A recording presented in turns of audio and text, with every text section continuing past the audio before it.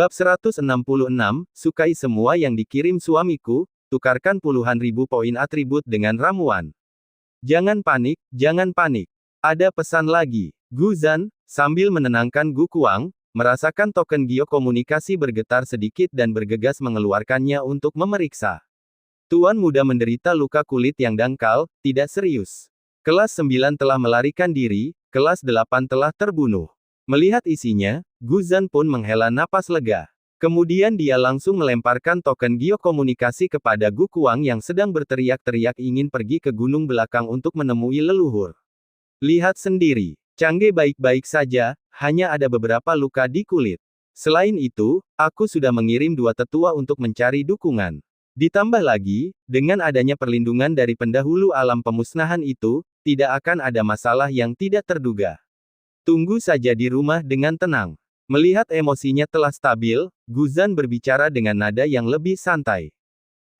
Sampah negara bagian tengah. Suatu hari nanti, Gu Kuang, melihat cucunya tidak terluka, akhirnya berhenti terobsesi mengunjungi leluhur di gunung belakang, tetapi dia mendengus dingin seolah ingin mengatakan sesuatu. Kemudian mengingat keadaannya saat itu, kata-kata itu tersangkut di tenggorokannya dan dia tidak dapat mengatakan apa-apa lagi. Jangan khawatir, Changge adalah anak yang menjanjikan. Dia akan bisa menyelesaikan masalah ini sendiri cepat atau lambat. Sedangkan untukmu, berapa lama lagi waktu yang kamu miliki sekarang? Biasanya, Gu Kuang selalu bersikap tangguh, siap bertarung kapan saja, tetapi percakapan hari ini membuat Gu Zan merasa agak rumit. Jika saya beristirahat dan tidak menggunakan terlalu banyak energi spiritual, saya masih punya waktu 1,5 tahun, setidaknya. Dalam perjalanan pulang, Gu Kuang sudah menyadari situasinya. Menghadapi pertanyaan itu, dia menjawab dengan santai tanpa banyak berpikir. Setelah dipikir-pikir, sebenarnya dia tidak perlu terlalu khawatir, cucunya sudah baik-baik saja dan tidak membutuhkan perhatian berlebihan darinya. Hanya putra ketiganya yang tidak berminat berkultivasi dan hanya ingin menjadi diaken di keluarga Gu. Tetapi sekarang, setelah dia menerima situasinya, dia berpikir bahwa itu mungkin bukan hal yang buruk. Setidaknya dengan cara ini, putra ketiganya tidak perlu menghadapi berbagai bahaya di kota Duanbei di masa mendatang. Dia pun tidak akan menghadapi bahaya yang sama seperti dirinya. Petik 2. Apakah masalah ini sudah diceritakan pada Changge? Gu Zan tahu situasinya tidak baik, tetapi tidak menyangka akan seserius ini. Seorang kultivator alam gerbang surgawi tingkat 8 pada kesempurnaan, rentang hidupnya seharusnya 1000 tahun. Tapi sekarang, usianya baru lebih dari 100 tahun. Dan dia hanya punya waktu hidup 1 tahun hingga 1,5 tahun saja. Belum, kenapa orang tua ini harus membuat cucunya terlalu khawatir. Karena sudah sampai pada titik ini, janganlah kita membuatnya semakin sulit. Setelah berbicara, Gu Kuang melambaikan tangannya dan kembali ke halamannya sendiri bersama Gu Qianjun. Sekarang cucunya aman dan sehat, dia merasa lega. Adapun Gu Sanfeng, setelah kembali ke keluarga, dia segera mencari kakak laki-lakinya, Gu Yixiao, untuk melaporkan situasi selengkapnya. Apa? Orang tua itu hanya punya sisa umur 1 tahun. Gu Yixiao sangat terkejut dan tak percaya setelah mendengar kata-kata adiknya. Tidak setahun. Setahun adalah skenario terbaik, dan lelaki tua itu selalu membesar-besarkannya. Saya menduga, paling lama 1,5 tahun. Gu Sanfeng menggelengkan kepalanya dengan wajah penuh ketidakberdayaan. Tidak adakah yang bisa dilakukan? Gu Yixiao mengerutkan keningnya erat-erat, dia juga agak bingung setelah mendengar berita itu. Mendengar kakak laki-lakinya menanyakan pertanyaan bodoh seperti itu, Gu Sanfeng tidak dapat menahan perasaan bahwa bahkan kakak laki-lakinya pun terguncang oleh berita itu, menjadi kacau balau. Darah esensi telah habis, masa hidup semakin dekat, apalagi yang bisa dilakukan? Jika ada, memang ada sesuatu. Jika lelaki tua itu bisa menerobos ke alam pemusnahan kelas 9 di saat-saat terakhir, dia setidaknya bisa memperpanjang hidupnya 2000 tahun lagi. Tapi, apakah itu mungkin? Kata Gu Sanfeng sambil menggelengkan kepalanya sambil tersenyum pahit. Seorang kultivator alam gerbang surgawi kelas 8 yang normal, tanpa penyakit atau musibah, dapat hidup selama 1000 tahun. Dan seorang kekuatan besar alam pemusnahan, tanpa penyakit atau malapetaka, dapat hidup hingga 5000 tahun. Mengingat keadaan khusus lelaki tua itu, Dengan darah esensinya yang terkuras, jika dia dapat menerobos ke alam pemusnahan tingkat ke-9, belum lagi memperpanjang hidupnya hingga 4000, dia setidaknya bisa mendapatkan setengah dari manfaat itu. Tetapi, seperti yang dikatakan Gu Sanfeng, bahkan sebelumnya, lelaki tua itu belum mampu menembus hambatan untuk mencapai kelas 9. Dengan situasinya saat ini, bagaimana mungkin dia bisa menerobos? Mencoba terobosan lain, takut dia tidak akan bertahan bahkan setengah tahun, mungkin akan binasa dalam 1 hari. Petik 2. Gu Yixiao terdiam, menyadari pikirannya sendiri sedang kacau. Sementara itu, di kediaman terpisah Changge, Wang Yue mengerutkan kening saat melihat token geokomunikasi di tangannya. Pesan dari keluarga kerajaan domain utara membuatnya gelisah. Verifikasi kondisi Gu Changge, segera laporkan kembali. Sebuah kalimat sederhana membuat Wang Yue banyak merenung. Mengapa mereka tiba-tiba menanyakan kondisi suamiku? Mungkinkah sesuatu telah terjadi padanya? Tanpa berpikir panjang, Wang Yue memutuskan untuk bertanya pada kepala keluarga Gu atau tetua. Bukannya untuk memenuhi permintaan keluarga kerajaan, tetapi kekhawatiran tulus bahwa sesuatu mungkin telah terjadi pada suaminya. Melihatnya bersiap pergi, Yuan Yabai yang penasaran pun mengikutinya. Kakak putri, kamu mau pergi kemana? Menghadapi rasa penasarannya, Wang Yue memasang ekspresi serius dan tidak mengatakan apapun, menggenggam tangan kecilnya dan berjalan lurus menuju aula dewan. Namun sebelum mereka sampai di aula, mereka bertemu dengan sosok yang dikenalnya. Wang Yue dan Yabai kecil, kalian berdua mau kemana? Gu Kuang, melihat mereka berdua, sedikit melembutkan ekspresinya, dan sambil tersenyum seolah-olah tidak terjadi apa-apa, dialah yang pertama berbicara. Kakek Gu, keduanya terkejut namun segera memberi hormat. Apakah terjadi sesuatu pada suamiku? Wang Yue tidak ambil pusing dengan formalitas, kekhawatirannya tampak jelas saat ia langsung bertanya kepada lelaki tua itu tentang kondisi suaminya. Sebelumnya ketika meninggalkan pelataran, ia pun sempat mengirim pesan untuk menanyakan keadaan suaminya, namun tak kunjung mendapat respons, sehingga menambah kegundahannya. Suamiku mengalami kecelakaan. Apakah dia diganggu di sekte dingin surgawi? Yuan Yabai bereaksi setelah mendengar ini. Kau juga tahu. Gu Kuang agak terkejut namun melihat ekspresi khawatirnya, ia pun menjelaskan dengan lembut, tidak perlu khawatir sekarang, tenang saja, keluarga sudah mengirim 2 tetua untuk membantu, dan ia akan segera kembali.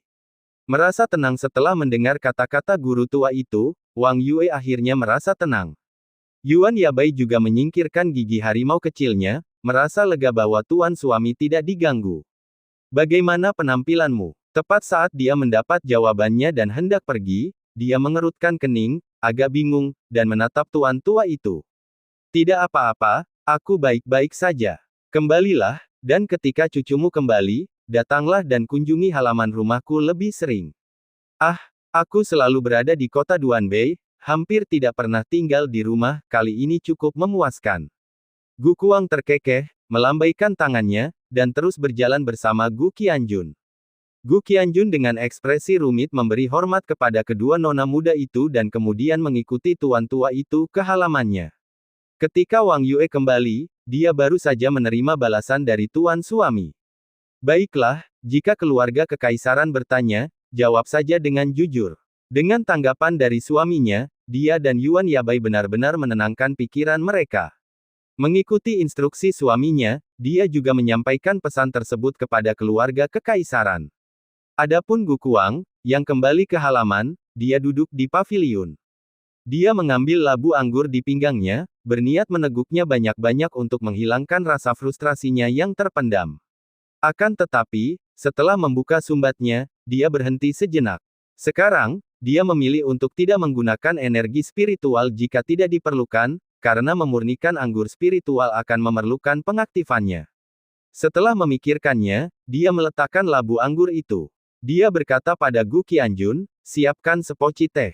Melihatnya meletakkan teh yang baru diseduh di atas meja batu di depannya, dia tersenyum lagi dan berkata, ketika aku meninggal, halaman ini akan diwariskan kepadamu. Mereka semua punya tempat sendiri di pengadilan dalam. Kamu masih bisa membantu cucu kami dan, dengan halaman ini, kamu memiliki hak penuh untuk tinggal di pengadilan dalam keluarga Gu. Garis keturunan langsung atau tidak, itu tidak masalah. Gu Qianjun hendak menolak, tetapi setelah mendengarkan kata-kata tetua kedua, dia hanya bisa mengangguk dalam diam. Pergilah dan bercocok tanam. Kamu seharusnya sudah hampir mencapai alam pemurnian Void, kan? Tidak perlu terus-terusan menemani orang tua bodoh itu untuk segera memasuki liang lahat. Yang seharusnya kamu lakukan adalah berfokus pada peningkatan kekuatanmu. Pergi, pergi, pergi. Gu Kuang, melihat bahwa dia ingin berkata lebih banyak, hanya melambaikan tangannya sambil memperlihatkan ekspresi jijik dan mengusirnya. Melihatnya memasuki ruang pengasingan, Gu Kuang bergumam dengan agak tak berdaya, sayang sekali, aku berharap bisa melihat cucu itu mencapai di atas kelas 9, bahkan naik menjadi manusia abadi di masa hidupku, tapi sekarang, terserah kalian untuk menyaksikannya bagiku. Sekte Dingin Surgawi. Gu Changge menyimpan token giok komunikasi dan bergumam. Keluarga Kerajaan Domain Utara. Di kota Duanbei, keluarga kerajaan tidak mengalami kerusakan yang signifikan, bahkan alam tak terbatas kelas 7 pun tidak. Meskipun itu belum tentu merupakan kolaborasi antara keluarga kerajaan dan pewaris suci dari Sekte Kenaikan Abadi. Tapi, pasti ada keterlibatan. Baik itu insiden di luar Sekte Dingin Surgawi atau apa yang terjadi di kota Duanbei. Yang selalu menderita adalah Sekte Dingin Surgawi dan keluarga Gu. Gu Changge tiba-tiba memiliki kecurigaan yang kuat di dalam hatinya. Keluarga kerajaan mungkin tidak mengatur acara ini, tetapi mereka pasti terlibat. Pewaris suci dari Sekte Kenaikan Abadi mengincar tulang akar istrinya, dan keluarga kerajaan mungkin mengambil kesempatan ini untuk menyelaraskan diri mereka dengan tanah suci negara bagian tengah, sekaligus melemahkan kedua keluarga. Kaisar wilayah utara kita tampaknya mulai tidak sabar. Sambil menggelengkan kepalanya, dia menekan pikiran-pikiran itu sejenak dan mulai fokus pada penyembuhan. 2 hari berlalu dalam sekejap. Pemulihannya bahkan lebih cepat dari yang diperkirakan sebelumnya. Fisiknya yang semula sudah sekuat batu giok, jauh melebihi para kultivator di alam yang sama. Hanya dalam waktu 1 hari dan dengan bantuan pil penyembuh, luka di punggungnya sudah sembuh 70%. Setelah 2 hari, bahkan tidak ada bekas luka yang terlihat di punggungnya. Adapun kelelahan jiwa ilahinya, itu telah lenyap ketika dia memadamkan jiwa ilahi Li Si di dalam laut ruang kesadarannya. Di sisinya, Liu Qingqing juga tidak terlalu asyik dengan kultivasinya, sesekali membuka matanya untuk memeriksa kondisi suaminya. Gu Changge menarik napas dalam-dalam, melepas jubahnya yang robek, dan mengeluarkan seperangkat pakaian dalam serta mantel panjang hitam dari cincin luar angkasa untuk berganti. Merasakan tatapannya, dia menoleh untuk melihat dan melihat istrinya menutupi matanya dengan kedua tangannya, namun intip-intipnya di antara jari-jarinya terlihat jelas. Apakah kamu belum pernah melihatnya sebelumnya? Gu Changge melengkungkan bibirnya sambil tersenyum, menggoda. Apakah luka tuan suami sudah sembuh semua? Menghadapi kekhawatiran istrinya, dia berpura-pura menanggalkan mantel panjangnya agar istrinya dapat memeriksanya. Tapi Liu Qingqing menghentikannya, agar dia tidak mencoba melakukan sesuatu. Gu Changge terkekeh, mengambil pil penyembuh yang diberikan istrinya saat ia sedang dalam masa penyembuhan dan mengembalikannya. Istrinya telah memberinya sebotol pil di awal masa pemulihannya, tetapi ia hanya menggunakan 1. Mengetahui bahwa suaminya tidak akan melewatkan beberapa pil, Liu Qingqing tidak ragu untuk mengambilnya kembali dan meletakkannya ke dalam kantong penyimpanannya sambil menepuk-nepuknya. Melihat hal itu, Gu Changge tiba-tiba menepuk dahinya, teringat sesuatu. Dengan pikirannya, dia mengeluarkan cincin angkasa yang dibuat dengan indah dari sistem angkasa miliknya. Lihat, istriku, sekarang kamu sudah menjadi seorang santa. Bagaimana mungkin kamu tidak memiliki cincin luar angkasa? Aku tidak menyangka ini akan menimbulkan begitu banyak masalah, aku lupa memberikan ini padamu. Gu Changge bicara dan tanpa menunggu tanggapannya, dia langsung meraih tangannya yang lembut dan halus, dan tanpa berdiskusi apapun, menyelipkan cincin angkasa itu ke jari rampingnya. Apakah kamu menyukainya? Jika Anda tidak puas, saya bisa membawanya kembali ke keluarga Gu dan meminta seseorang untuk memodifikasinya untuk istri saya. Dia meletakkan tangan halus istrinya di telapak tangannya. Gu Changge tampak sangat puas, tetapi masih meminta pendapat istrinya. Saya menyukainya. Saya suka apapun yang diberikan suami saya. Liu Qingqing terus terang saja, dan hati-hati memeriksa cincin luar angkasa. Cincin biru muda itu diukir dengan desain yang sangat indah, jauh lebih menarik daripada cincin luar angkasa biasa yang polos. Mengetahui karakter suaminya, dia tidak mau repot-repot dengan penolakan yang sopan dan malah menangkup wajah suaminya dengan kedua tangan dan berdiri berjinjit untuk memberikan ciuman lembut di bibirnya. Cobalah dan lihat apakah ruang di dalamnya sesuai dengan keinginan Anda. Gu Changge menikmati ciuman manis istrinya dan tersenyum. Ini sudah sangat besar, sudah pasti cukup. Liu Qingqing pertama-tama mengikat cincin luar angkasa dengan kekuatan spiritual dan jiwa ilahinya. Setelah indera ilahinya menyentuhnya, dia merasakan ruang yang sangat luas di dalamnya. Meskipun dia sekarang telah menjadi seorang saintes dan keuntungannya dari usaha baru-baru ini di kota Duanbei sangat besar, hanya poin dari pertukaran inti dalam sudah cukup baginya untuk menukarnya dengan cincin luar angkasa di Sekte Dingin Surgawi. Cincin yang ditukar itu tentu tidak akan sebaik cincin yang diberikan suaminya. Saya senang Anda puas. Istri juga harus mempertimbangkan untuk mengikuti retret untuk beberapa waktu. Melihat kepuasan istrinya membuat Gu Changge tersenyum menanggapinya dan mulai membahas hal-hal serius. Tetapi aku perlu pergi ke kolam dingin surgawi untuk melakukan retretku, untuk menggunakan air dingin surgawi guna mengubah sepenuhnya teknik kultivasiku. Mungkin akan memakan waktu sekitar 1 bulan. Liu Qingqing selesai berbicara, lalu tiba-tiba tersipu dan berbisik pelan, suamiku tidak terburu-buru untuk kembali ke keluarga Gu, kan? Tidak sama sekali, tidak sedikit pun. Saya akan menunggu istri saya keluar dari retret. Gu Changge segera mengerti maksudnya, matanya berbinar. Dia sudah menantikan ini. Setelah masa retret istrinya selesai, bukan saja kendala akibat mengubah teknik kultivasinya dapat teratasi sepenuhnya, tetapi dia juga dapat menyelesaikan masalah yang telah ditanggungnya selama ini. Sekarang lukaku juga sudah sembuh. Hari ini aku akan membuat persiapan dan memulai retret di kolam dingin surgawi. Melihat ekspresi suaminya, Liu Qingqing berbicara sambil menundukkan kepala. Omong-omong, ada juga beberapa ramuan yang harus kuberikan pada istriku. Mendengar istrinya berencana kembali ke gua tempat tinggalnya untuk menyiapkan beberapa barang, Gu Changge menyela. Dengan sebuah pikiran, dia pertama-tama memeriksa statusnya saat ini. Pasangan Tao, Liu Qingqing. Tulang akar, 120. Pemahaman, 135. Teknik kultivasi, teknik dingin surgawi tingkat surgawi lebih rendah. Alam reruntuhan tahap tengah. Keterampilan ilahi, 9 pedang Ling Feng, langkah penyembunyian bayangan, jari dingin surgawi, jarum dewa es. Sekarang, dia memiliki lebih dari 80.000 poin atribut. Meningkatkan tulang akar istrinya hingga 200, tingkat tubuh Dao yang diperoleh, hanya memerlukan 16.000 poin. Tepat saat dia hendak melakukan pertukaran, dia memikirkan suatu masalah. Alam Sage mungkin dapat mendeteksi tubuh Dao yang diperoleh dan membedakan variasinya. Jika dia menjadikan istrinya tubuh Dao yang diperoleh sekarang, hal itu mungkin akan mengundang banyak masalah yang tidak terduga.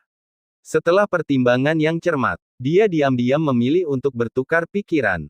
Penukaran, pil tulang akar kelas 2 plus 50, 1 buah, pil pemahaman kelas 2 plus 35, 1 buah, pil telah dipindahkan ke ruang sistem. Total poin atribut yang dihabiskan, 17.000. Poin atribut yang tersisa untuk host, 71.460. Dengan cara ini, tulang akar dan pemahaman istrinya akan meningkat hingga 170, cukup untuk menghindari menarik perhatian alam petapa. Dia juga berhasil menyeimbangkan kedua sifat itu bagi istrinya. Setelah menukar pil, Gu Changge mengeluarkan 3 kotak kayu. Selain kedua jenis pil itu, ada juga pil pencerahan untuk menerobos ke tahap tengah alam reruntuhan, hadiah yang diberikan oleh sistem. Ketiga pil ini dapat disempurnakan secara bersamaan selama retretmu. Gu Changge berkata sambil menyerahkan 3 kotak kayu kepada istrinya. Melihat hal ini, Liu Qingqing tidak menolak, dan memegang pil berharga itu dengan hati-hati. Dia tahu betapa berharganya pil milik suaminya. Kali ini, dengan 3 kotak kayu, kemungkinan besar berisi pil untuk meningkatkan tulang akar, jiwa ilahi, dan pil ilahi paling ajaib yang dapat mendorong pencerahan tiba-tiba. Istriku tidak perlu berkata apa-apa lagi. Fokus saja pada retretmu dan menyempurnakan pilnya. Aku akan menunggumu di Sekte Dingin Surgawi. Gu Changge mendahului tanggapannya setelah melihat ekspresinya. Ya, setelah menatap mata suaminya sejenak, dia hanya bisa mengangguk. menyimpan semua kebaikan suaminya di dalam hatinya. Tanpa menunda lebih lama lagi, sambil melemparkan pandangan enggan terakhir kepada suaminya, dia kembali ke gua tempat tinggalnya untuk bersiap menuju kolam dingin surgawi untuk menyelesaikan asimilasi terakhir. Gu Changge mengantar istrinya pergi, dan kemudian mengetahui dari diaken keluarga Gu bahwa keluarga tersebut telah mengutus dua tetua alam gerbang surgawi untuk datang ke sekte dingin surgawi untuk mengawalnya. Mereka mungkin tidak akan kembali. Tetap saja, lebih baik berhati-hati. Gu Changge awalnya bermaksud menolak, tetapi dia mempertimbangkan kembali dan memutuskan untuk mengikuti pengaturan keluarga karena orang-orang sudah dalam perjalanan. Akan tetapi, dia masih berencana untuk tinggal di sekte dingin surgawi selama sebulan lagi. Saat menanyakan kondisi senior Sue, dia mengetahui bahwa tetua itu tidak meninggalkan kamarnya dalam beberapa hari terakhir, jadi Gu Changge tidak mengganggunya. Keesokan paginya, Liu Qingqing telah memulai retretnya di kolam dingin surgawi. Dan dua tetua alam gerbang surgawi dari keluarga Gu juga telah tiba di sekte dingin surgawi.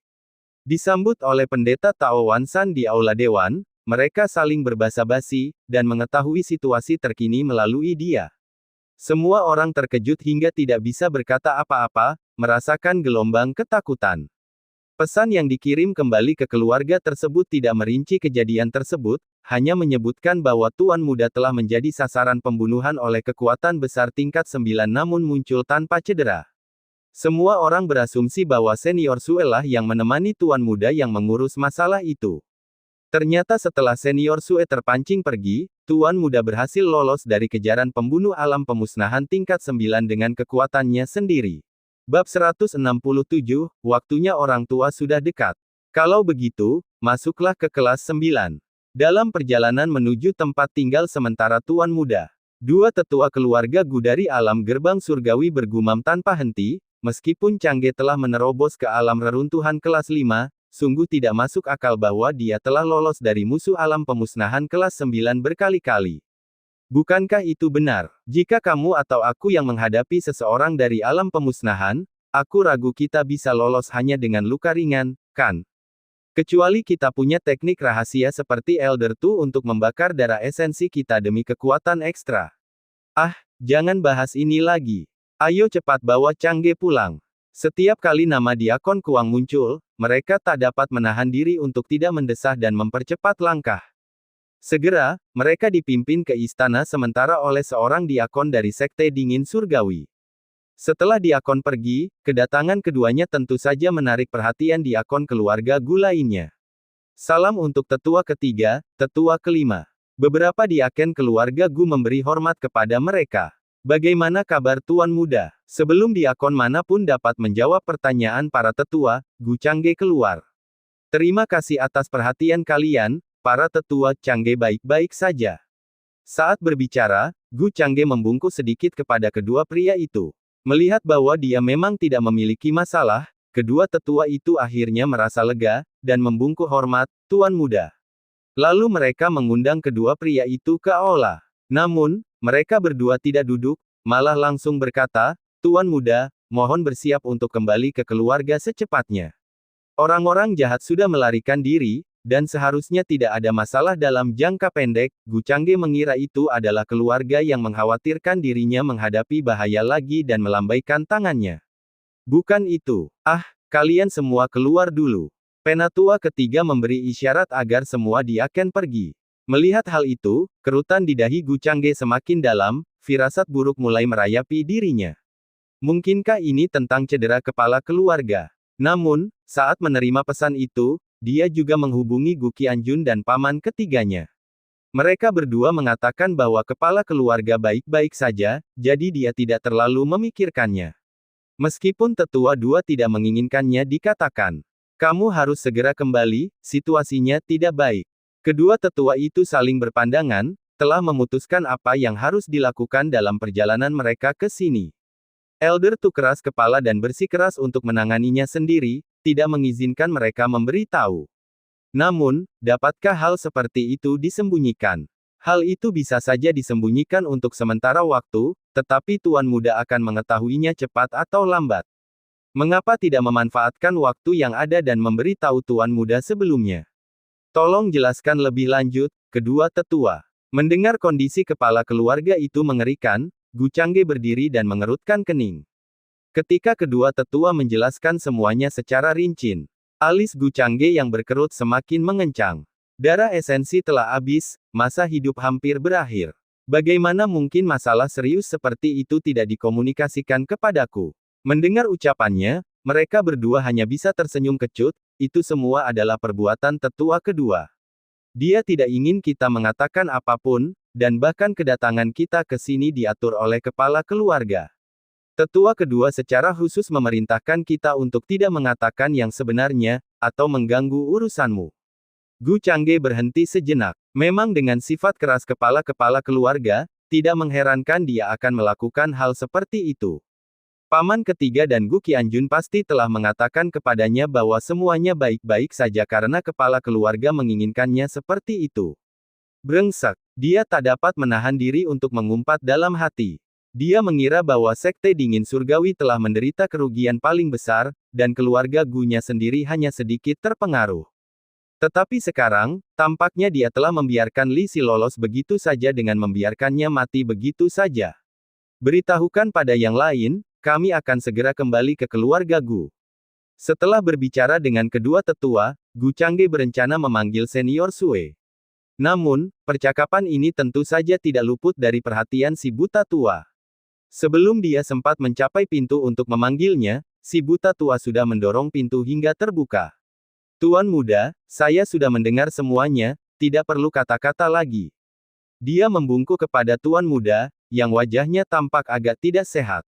Lengan si tua buta tampak sudah pulih sebagian, tetapi kulitnya masih menunjukkan luka bakar yang mengerikan.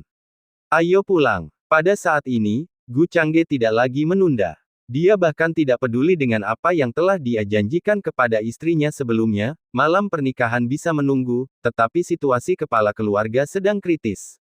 Dia bahkan tidak menunggu kapal terbang yang mereka tumpangi. Dia berangkat lebih dulu bersama senior Sue dan dua tetua alam gerbang surgawi, memberi instruksi kepada para diaken untuk mengejar keluarga Gu sendiri. Sedangkan untuk istrinya, ia hanya sempat menyampaikan permintaan maafnya melalui pendeta Tao Wan San yang mengantarnya pergi. Dalam perjalanan pulang, hati Gu Changge dipenuhi dengan emosi yang rumit. Meskipun kepala keluarga hampir tidak berbicara padanya sebelum dia memulai kultivasinya. Dia biasanya tinggal di kota Duanbei, menjaga perbatasan wilayah utara klan manusia. Namun, sekarang dia juga memahami kesulitan kepala keluarga. Selama hampir 1 tahun dia bersama kepala keluarga, dia bisa merasakan betapa dia peduli padanya. Di kota Duanbei, kepala keluarga bahkan langsung menyerang gerbang Gunung Sekte Dingin Surgawi saat mengetahui bahwa istrinya telah diganggu. Bahkan saat seorang ahli tingkat 9 dari sekte itu turun tangan, kepala keluarga siap membakar darah esensinya untuk bertarung mati-matian. Kapan saja ada materi surgawi dan harta duniawi yang terlibat, semuanya selalu disediakan untuknya terlebih dahulu. Penatua Sue, dengan kondisi kepala keluarga saat ini, apakah ada harapan? Mendengar perkataan tuan muda, si tua buta terdiam cukup lama sebelum akhirnya menggelengkan kepalanya. Tidak ada solusi. Rekan Daois Gu Kuang telah merusak fondasinya melalui penggunaan teknik rahasia berulang kali untuk membakar darah esensinya. Saat ini situasinya sudah tidak dapat ditolong lagi, baik dengan obat-obatan maupun batu. Bahkan jika seorang ahli dari alam sage mentransfer energi spiritual kepadanya untuk memperpanjang hidupnya, itu tidak akan memperpanjangnya banyak. Si tua buta itu terdengar agak tak berdaya, kesannya terhadap rekan Daois Gu Kuang tidaklah buruk, meskipun lelaki itu agak sembrono, ia memiliki karakter lugas yang menurutnya cukup menarik. Hal ini juga menyebabkan si tua buta tiba-tiba merasa bingung. Setelah menjawab pertanyaan tuan muda, dia tidak dapat menahan diri untuk bergumam pada dirinya sendiri, seharusnya tidak, sungguh, seharusnya tidak. Menurut kepercayaannya sendiri, Gu Kuang adalah kakek biologis tuan muda, jadi rasanya tidak adil jika hidupnya dipersingkat begitu. Setelah mengerutkan kening sambil berpikir sejenak, dia hanya bisa menggelengkan kepala dan tidak berpikir lebih jauh. Lagi pula, orang yang sangat beruntung belum tentu dapat memengaruhi semua orang di sekitarnya. Bahkan mereka yang sangat beruntung pun punya kemungkinan untuk jatuh, tetapi si tua buta percaya orang-orang seperti itu sebagian besar dapat mengubah nasib buruk menjadi baik. Sama seperti yang terjadi kali ini dengan Sekte Dingin Surgawi, Tuan Muda masih lolos dari tangan alam pemusnahan tingkat 9. Tentu saja, hal terpenting adalah kemampuan keilahian bawaan yang menantang surga yang dimiliki Tuan Muda, bagaimanapun juga, kekuatan adalah yang terpenting. Apakah benar-benar tidak ada jalan keluar? Gu Changge menerima balasan senior Sue, emosinya agak rumit untuk sementara waktu. Dia selalu merasa seperti sedang mengabaikan sesuatu. Pikirannya kacau namun dia tidak dapat memahaminya. Dipimpin oleh dua tetua dan senior Sue, perjalanan kembali ke keluarga Gu dari Wuzu memakan waktu kurang dari sehari. Begitu Gu Changge kembali ke pengadilan dalam keluarga Gu, dia langsung berpisah dengan kedua tetua untuk memeriksa keadaan lelaki tua itu sekarang. Mengenai masalah Sekte Dingin Surgawi, para tetua sudah mempelajarinya di jalan, dan tentu saja, mereka akan memberi tahu kepala keluarga. Balai Dewan. Tetua ketiga dan kelima dengan jelas menceritakan kejadian yang mereka dengar di Sekte Dingin Surgawi, serta informasi terkonfirmasi yang diperoleh dari Tuan Muda, kepada kepala keluarga satu per satu.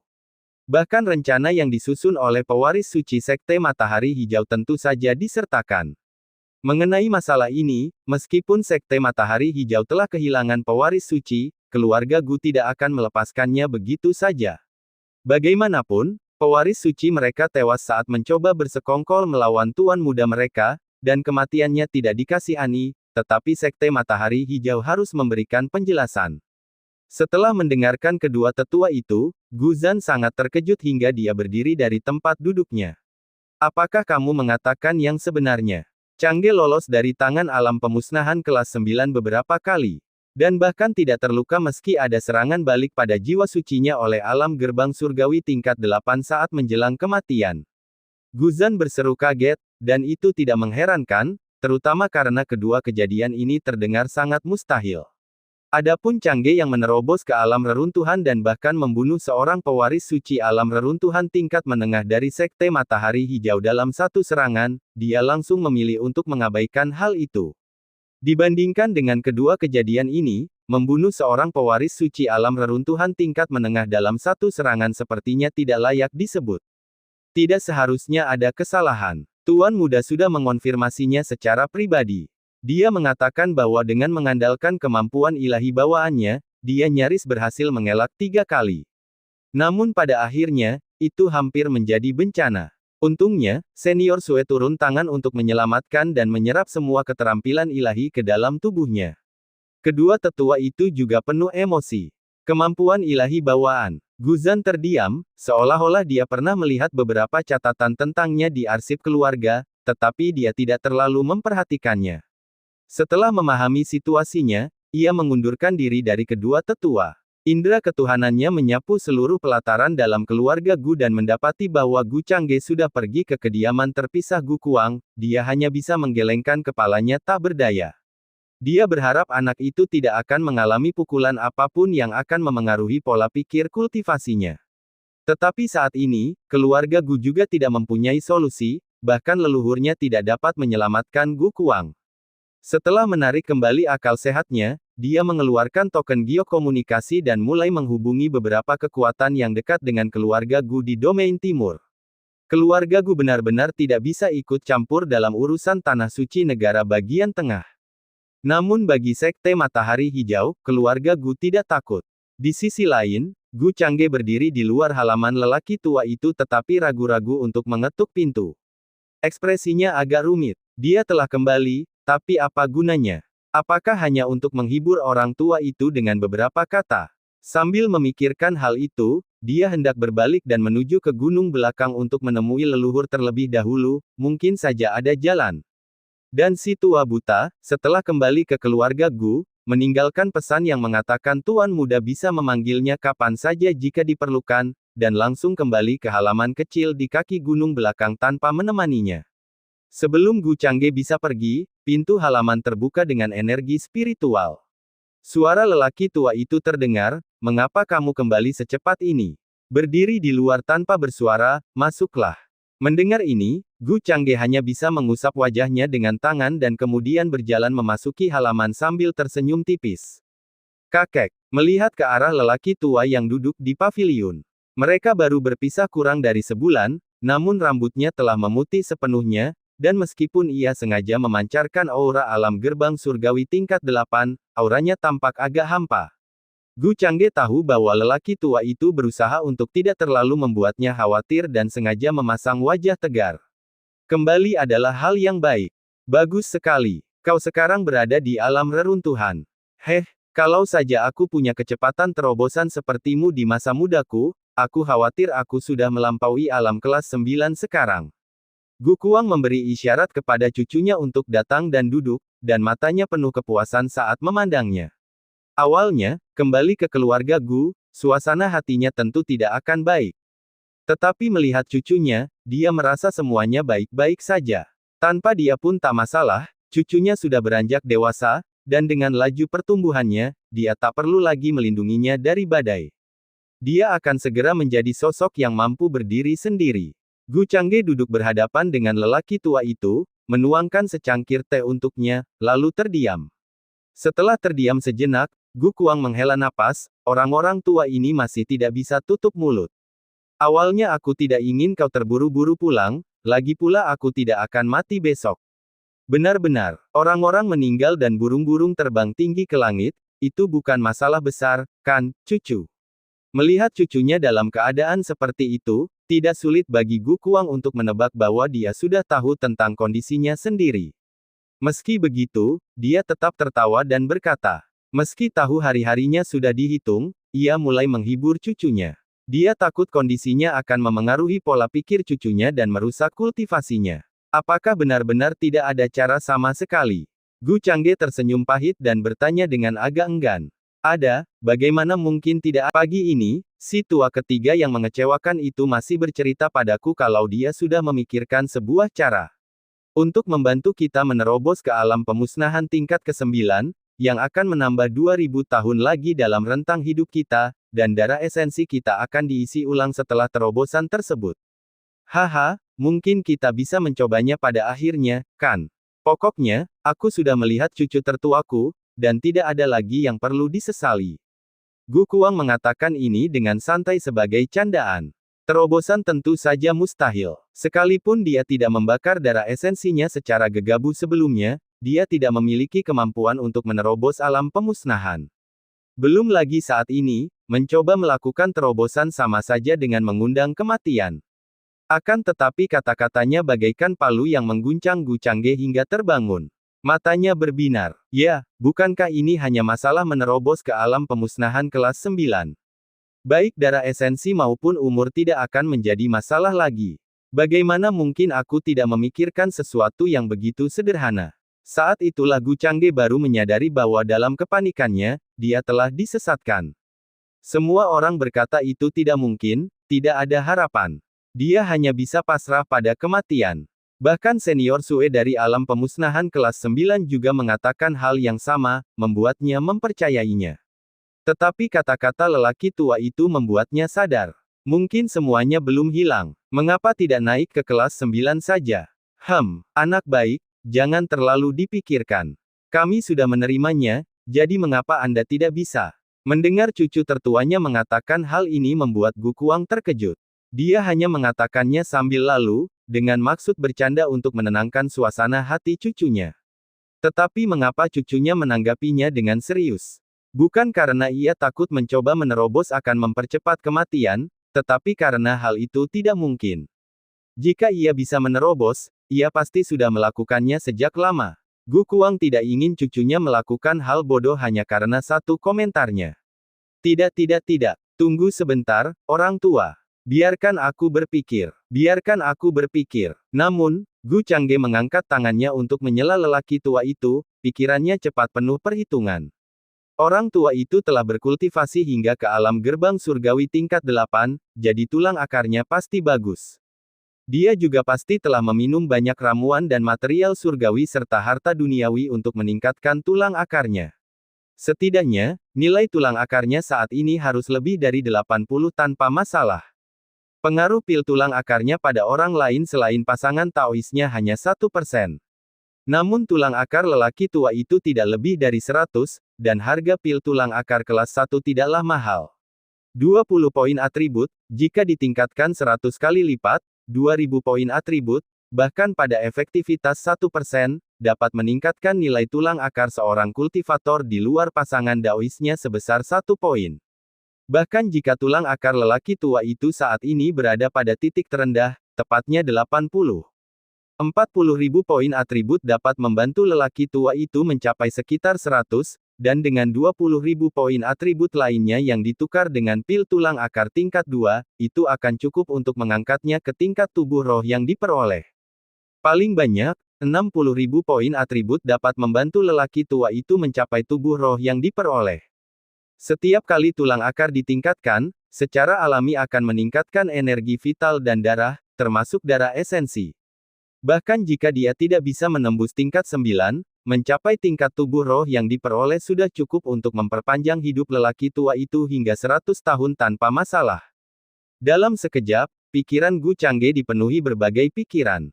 Dia bersyukur bahwa dia masih memiliki 70.000 poin atribut di tangan. Cukup untuk menyelesaikan masalah saat ini.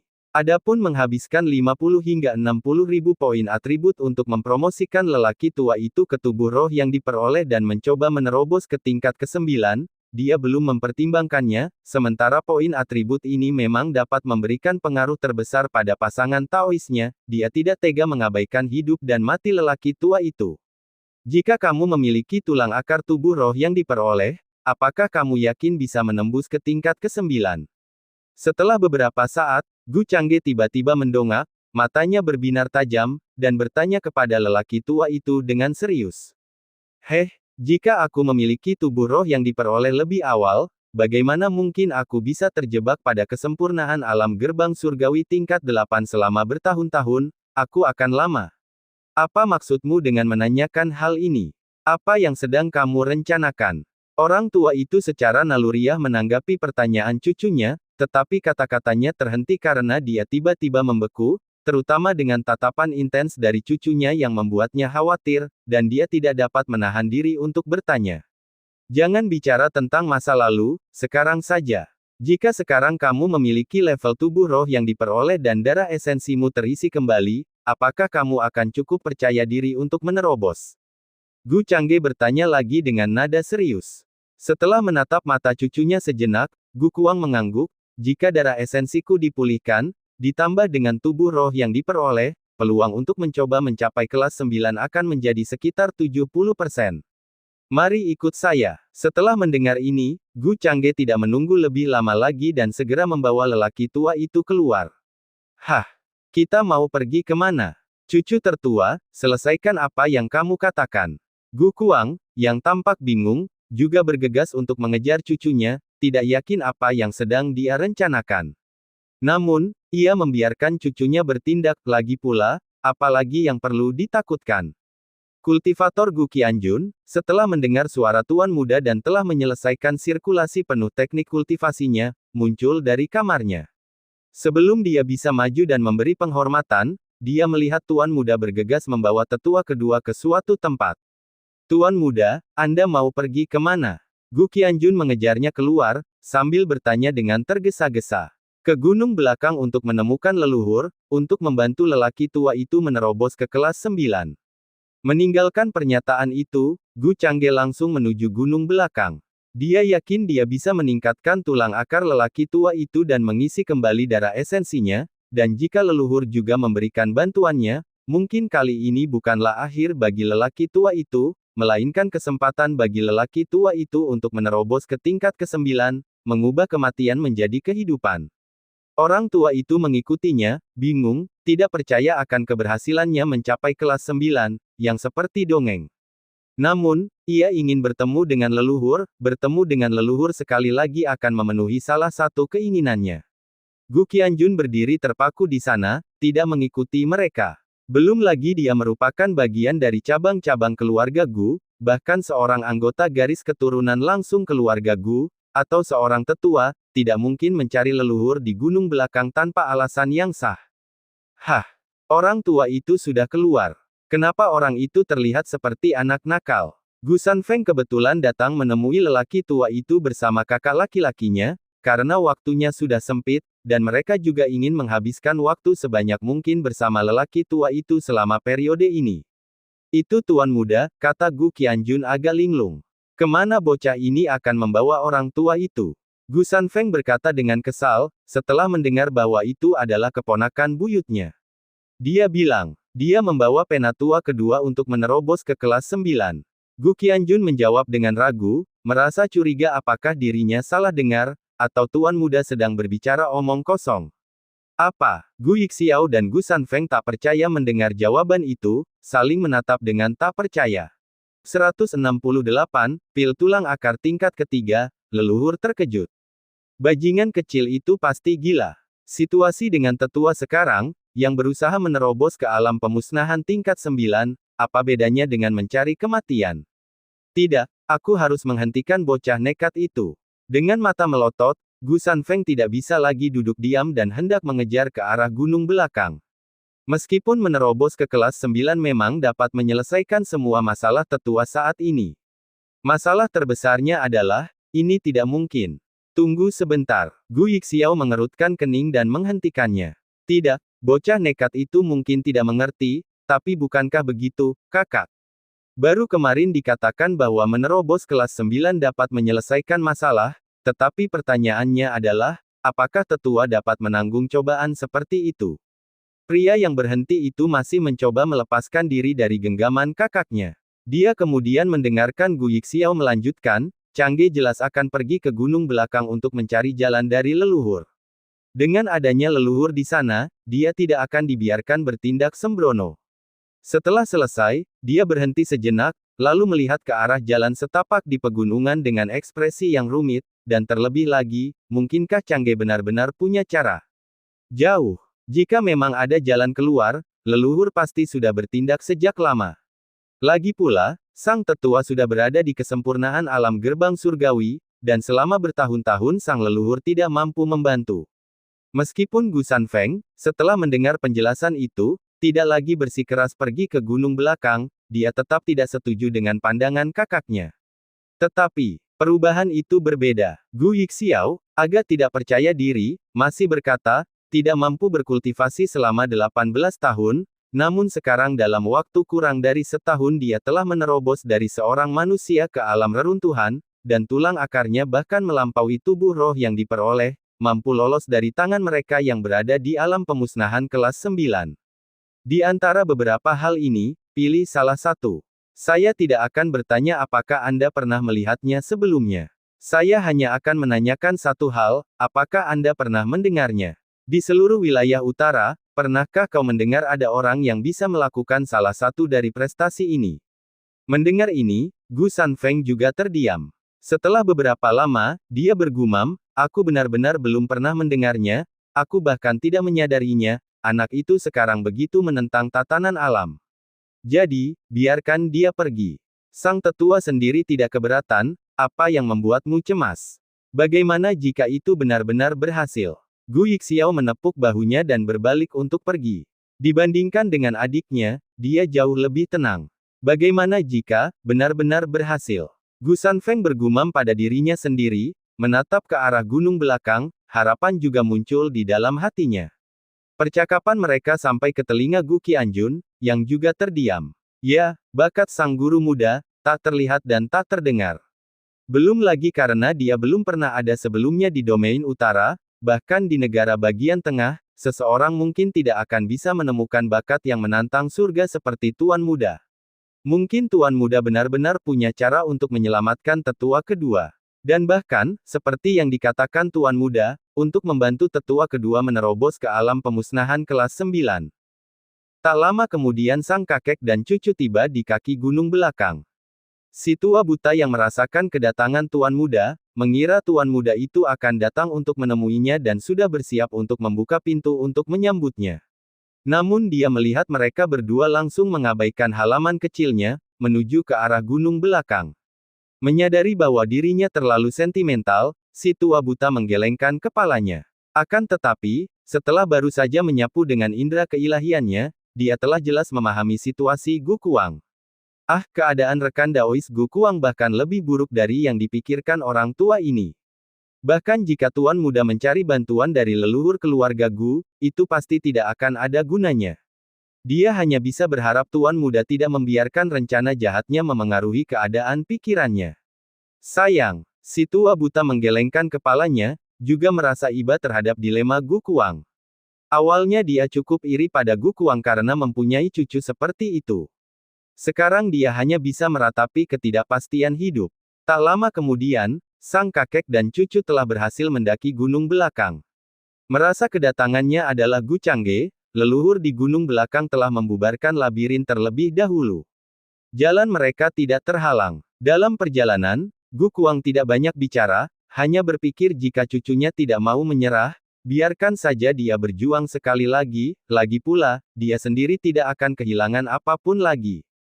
Setelah mencapai paviliun tepi danau yang familiar di Back Mountain, sang leluhur, seperti biasa, mengenakan topi jerami dan duduk dengan tenang sambil memancing di tepi danau. Namun, tidak seperti sebelumnya, kali ini Gu Changge tidak menunggu dengan tenang. Ketika melihat lelaki tua itu, dia membungkuk sambil menangkupkan kedua tangannya, leluhur. Gu Haitang dengan santai meletakkan pancingnya, sambil merasa agak kecewa dalam hatinya. Sejak pertama kali bertemu dengan bocah itu, dia selalu mampu memberinya kejutan dan penampilan yang tak terduga. Tetapi hari ini hatinya kacau, dia terburu-buru. Akan tetapi, mengingat usianya yang baru hampir 20 tahun, tanpa orang tua selama ini, dan kini tetua satu-satunya itu akan segera meninggal dunia, wajar saja jika ia tidak menerima kenyataan. Terlebih lagi, jika dilihat dari sudut pandang lain, setidaknya bocah ini menghargai kesetiaan, hari ini dia datang untuk mencari leluhur demi Gu Kuang, dan jika dia benar-benar berhasil di negara bagian tengah suatu hari nanti, dia tentu tidak akan melupakan keluarga Gu. Mungkin harapannya sendiri terhadapnya agak terlalu tinggi. Berpikir demikian, Gu Haitang berdiri dan memandang ke arah sang kakek dan cucu. Gu Kuang, memberi salam pada leluhur. Ngomong-ngomong soal itu, Gu Kuang, sekarang tetua kedua, juga melihat wajah asli leluhur untuk pertama kalinya. Setelah sekilas, dia mengira leluhur itu tampak biasa saja, padahal dia mengira leluhurnya sendiri lebih mengesankan. Namun tata krama tidak bisa diabaikan, ia tetap melaksanakan ritual dengan penuh hormat, bahkan membungkuk lebih dalam dari cucunya untuk menunjukkan rasa hormat kepada leluhur. Saya bisa menebak niat Anda. Tetapi, saya menyesal mengatakan, saya tidak dapat membantu Anda. Untuk masalah ini saja, bahkan aku tidak berdaya. Namun, karena kau datang mencariku hari ini, meskipun aku tidak bisa menghidupkannya kembali, aku bisa mencari waktu yang tepat untuk pergi ke Central State dan melenyapkan orang yang melakukan gerakan itu. Sebelum keduanya sempat berbicara, Gu Haitang berbicara terlebih dahulu. Jika dia punya kemampuan, dia tidak perlu menunggu Gu Changge kembali ke keluarga Gu dan meminta bantuan sendiri. Gu Zan pasti sudah membawanya ke gunung belakang untuk meminta bantuanku sejak lama. Dia juga khawatir bahwa setelah akhir hayat Gu Kuang, hal itu akan memengaruhi kultivasi Gu Changge. Meskipun dia tidak bisa pergi begitu saja, dia tetap berjanji untuk mengambil kesempatan itu untuk membantunya membunuh musuhnya. Mengapa tidak mencoba untuk melihat apakah itu berhasil? Gu Changge tidak berbicara dengan rendah hati maupun sombong dan berencana untuk berbagi pemikirannya sendiri. Namun sang leluhur menyela dengan mengangkat tangannya, sekalipun aku rela menghabiskan energi spiritualku sendiri untuk memberikan kemampuan kepadanya, itu tidak akan ada gunanya. Kehilangan darah esensinya terlalu besar, tidak mungkin untuk menyelamatkannya. Paling-paling, aku bisa memperpanjang hidupnya selama 2 tahun, dan itu batasnya. Gu Haitang mengerutkan kening, meskipun dia tidak ingin terlalu melemahkan semangat Gu Changge, junior ini harus menghadapi kenyataan. Haha, hidup 2 tahun lagi tidak ada artinya. Itu hanya akan membuang-buang energi spiritual leluhur. Bisa melihat cicitku lagi sudah cukup bagiku. Jauh lebih baik daripada terbunuh langsung di kota Duanbei saat itu. Pemusnah kelas 9 dari Sekte Dingin Surgawi itu bahkan lebih menderita daripada aku. Meskipun dia selalu bersikap ceroboh, Gu Kuang menyadari ketidakpuasan sang leluhur dan buru-buru berbicara sambil tertawa. Ngomong-ngomong soal itu, dia dulu berselisih dengan siswa kelas 9 dari Sekte Dingin Surgawi di kota Duanbei, bahkan hampir berkelahi gara-gara Liu Qingqing. Tetapi sejujurnya, Gu Kuang tidak menaruh dendam terhadap tetua tertinggi alam pemusnahan tingkat 9 dari Sekte Dingin Surgawi, sebaliknya, dia merasa sangat berduka cita atas kematiannya. Keduanya adalah pembela kota Duanbei dari klan manusia, sayang sekali kalau akhirnya mereka malah ditipu sampai mati. Melihat bahwa keduanya salah paham, Gu Changge buru-buru menjelaskan. Leluhur, aku datang hari ini bukan untuk memperpanjang umur lelaki tua itu. Sebaliknya, aku harap kamu bisa membantu lelaki tua itu menerobos ke alam pemusnahan kelas 9. Mendengar ini, Gu Haitang terkekeh marah, aku tahu kamu terburu-buru, tapi kamu justru mempercepat kematiannya. Jangan buru-buru menyela, leluhur, biarkan aku menyelesaikannya. Saat Gu Changge menjelaskan dan menyadari leluhur ingin menyela lagi, dia melanjutkan, jika aku bisa membantu lelaki tua itu meningkatkan tulang akarnya ke tingkat tubuh roh yang diperoleh, apakah menurutmu dia mungkin memiliki kesempatan untuk menerobos ke alam pemusnahan tingkat ke-9? Ketika dia selesai berbicara, ruangan itu tiba-tiba menjadi sunyi. Gu Kuang bahkan ragu apakah dia salah dengar. Apa yang baru saja dikatakan cicitnya. Membantu meningkatkan tulang akarnya menjadi tubuh roh yang diperoleh. Selama bertahun-tahun, dia telah meminum segala macam ramuan dan material surgawi serta harta duniawi yang dapat meningkatkan tulang akar. Sekarang, bahkan jika dia meminum ramuan tersebut, efeknya terhadap dirinya hampir dapat dikatakan tidak berarti. Kalau saja dia punya kemampuan mencapai tubuh roh yang diperoleh, dia pasti sudah mencapainya sejak lama dan sudah menerobos ke alam pemusnahan tingkat ke-9 berdasarkan bakatnya. Apa yang akan terjadi hari ini? Apakah kamu berbicara tentang ramuan spesial itu? Namun setelah lama terdiam, Gu Haitang tiba-tiba menatap Gu Changge dan bertanya dengan suara yang dalam. Ya, karena dia datang untuk mencari bantuan dari leluhur, tentu saja dia tidak berniat menyembunyikannya. Ramuan itu, aku juga sudah mencobanya. Efeknya sangat minimal, jika kau ingin menaikkannya ke tubuh roh yang diperoleh, bahkan tanpa mempertimbangkan efek obat yang berkurang, itu akan membutuhkan setidaknya 1000 pil. Gu Haitang merasakan tulang akar Gu Kuang dan memberikan penilaiannya berdasarkan taksirannya sebelumnya terhadap efek ramuan tersebut. Ribuan pil penambah tulang akar. Di mana anak muda ini akan mendapatkannya? Meskipun dia tidak pernah bertanya dari mana pil-pil itu berasal, namun jelas tidak mudah untuk memperolehnya. Pil seperti itu, jika ingin memurnikannya hingga ribuan, tidak akan mungkin tercapai dalam waktu 1 atau setengah tahun, apalagi kebutuhan bahan untuk alkimia, bukan? Sekalipun dia cukup sabar untuk memurnikan begitu banyak pil, bisakah Gu Kuang menunggu selama itu? Mereka pasti tidak bisa membiarkan dia menggunakan peti mati hitamnya sendiri, bukan? Saya memiliki efek yang lebih baik. Gu Changge bertemu pandang dengan leluhur dan berkata dengan acuh tak acuh. Yang awalnya dia berikan kepada leluhur hanyalah pil tulang akar tingkat pertama, namun dia juga bisa menukarnya dengan pil tulang akar tingkat kedua, bahkan tingkat ketiga. Belum lagi, sistemnya sekarang lebih nyaman, dan dia bisa mengatur efek setiap pil saat bertukar. Sebenarnya tidak perlu memproduksi 1000 pil, melakukan hal itu akan lebih sulit dijelaskan. Cukup untuk mengangkatnya ke tubuh roh yang diperoleh. Gu Haitang, setelah mendengar ini, menatap pemuda itu dengan pandangan ragu, namun pihak lainnya mengangguk sebagai jawaban. Tampaknya anak muda ini punya banyak rahasia. Tetapi dia tidak terlalu peduli dengan berapa banyak rahasia yang disimpan anak muda itu, sebaliknya, dia secara serius mempertimbangkan kelayakan lamaran yang diajukan anak muda itu. Meningkatkan tulang akar secara alami akan mengisi kembali ki dan darah. Jika kondisinya saat ini meningkat ke tingkat tubuh roh yang diperoleh, ki dan darah mungkin tidak terisi penuh, tapi jumlahnya tidak sedikit. Jika dilengkapi dengan eliksir dan leluhur yang membantu, aku 90% yakin bisa menerobos ke alam pemusnahan tingkat ke-9. Sang leluhur berbicara dengan sungguh-sungguh dan ekspresi serius. Jika Gu Kuang mencobanya sendiri, tingkat keberhasilannya masih sekitar 70%. Ia mengatakan 90%, tetapi sebenarnya ia sedikit mengecilkan jumlahnya, untuk berjaga-jaga jika tidak berhasil, guna menghindari rasa malu. Tetapi jika anak muda ini benar-benar bisa melakukannya, dia tidak akan keberatan untuk membantu, karena itu akan menjadi hal yang baik untuk keluarga Gu.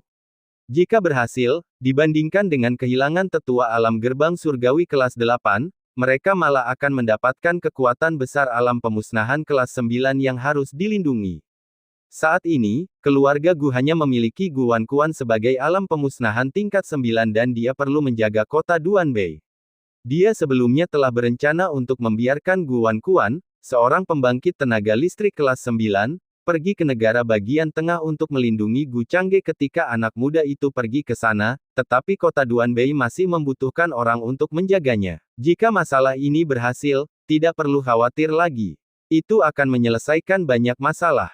Dengan ramuan seperti itu, mengapa tidak menggunakannya pada diri sendiri daripada menyia-nyiakannya pada seseorang yang akan segera meninggal?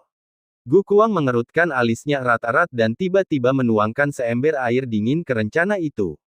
Ramuan yang dapat mengangkat seseorang dalam kondisinya ke tubuh roh yang diperoleh, tak perlu dikatakan lagi, sangat berharga.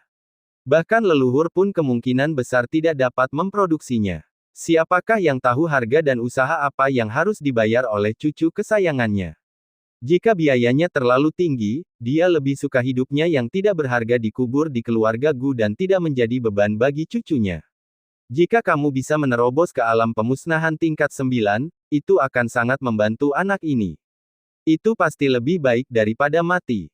Sebelum Gu Changge bisa berbicara, sang leluhur memotong sambil melirik Gu Kuang. Kemudian, menoleh ke arah Gu Changge, dia bertanya, berapa lama waktu yang dibutuhkan untuk menyiapkan ramuan itu? Saya sudah memilikinya sekarang. Selagi Gu Changge bicara, dia diam-diam mengucapkan satu kata dalam benaknya. Ditukar dengan pil tulang akar tingkat 2+10 yang telah dikeluarkan ke ruang sistem. Total poin atribut yang dikonsumsi, 2000. Poin atribut host yang tersisa, 69.460. Karena dia tidak yakin apakah efeknya akan seperti yang dia bayangkan, Gu Changge tidak menukarkannya sekaligus. Sebagai gantinya, dia menukarkannya dengan satu pil tulang akar yang bernilai 2000 poin atribut untuk menguji efeknya. Jika berhasil seperti yang diantisipasinya, efektivitas 1% saja seharusnya cukup untuk meningkatkan 1 poin root bond. Dia dengan santai mengeluarkan kotak kayu dan menyerahkannya kepada leluhur. Gu Haitang membuka kotak kayu itu sesuka hatinya dan memeriksa pil tulang akar kelas 2 di dalamnya, dua pola ramuan yang dibentuk oleh prasasti misterius, memancarkan aroma yang jauh lebih kaya daripada yang pernah dicobanya sebelumnya. Jika kau berencana menggunakan ramuan ini untuk mengangkatnya ke tubuh roh yang diperoleh. Sayangnya, itu tetap tidak mungkin. Kemanjuran ramuan ini seharusnya sekitar 100 kali lipat dari ramuan sebelumnya. Tetapi untuk membantu seseorang mencapai tubuh roh yang diperoleh, itu masih jauh dari cukup. Gu Haitang menggelengkan kepalanya setelah memeriksa ramuan itu sejenak. Ada yang lebih baik. Hanya saja aku harus terlebih dahulu menentukan berapa banyak ramuan yang dibutuhkan lelaki tua itu untuk mencapai tubuh roh yang diperoleh. Perkataan Gu Changge mengejutkan. Bahkan sang leluhur pun terkejut. Rahasia macam apa yang disembunyikan pemuda ini? Tetapi sekarang bukan saatnya untuk memikirkan masalah ini, jadi dia hanya mengikuti niat pemuda itu dan memberikan ramuan itu kepada Gu Kuang. Melihat keraguannya untuk mengambilnya, leluhur itu tidak dapat menahan diri untuk tidak memarahi, jangan ragu-ragu seperti wanita. Jika aku memberikannya kepadamu, ambil saja. Jika kamu benar-benar dapat menerobos ke alam pemusnahan, bukankah itu hal yang baik? Apakah kamu benar-benar ingin menunggu kematian? Setelah dimarahi oleh leluhur, Gu Kuang tidak punya pilihan selain diam-diam meminum ramuan itu. Sambil menatap cucunya dan melihat anggukannya yang serius, dia akhirnya mengertakkan gigi dan berhenti ragu-ragu. Dia langsung menelan ramuan itu. Berpikir untuk menggunakan energi spiritualnya untuk memurnikan kekuatan obat tersebut, tangan leluhur sudah berada di bahunya, tenangkan pikiranmu, kamu tidak dapat memurnikan ramuan itu sekarang. Mendengar ini, Gu Kuang bereaksi dan buru-buru duduk bersila di tanah, tidak lagi berusaha secara aktif memurnikan ramuan itu sendiri. Sebaliknya, ia membiarkan energi spiritual leluhur mengarahkan kekuatan obat dalam tubuhnya untuk menyebar. Ini juga merupakan salah satu alasan Gu Changge datang mencari bantuan leluhur di gunung belakang.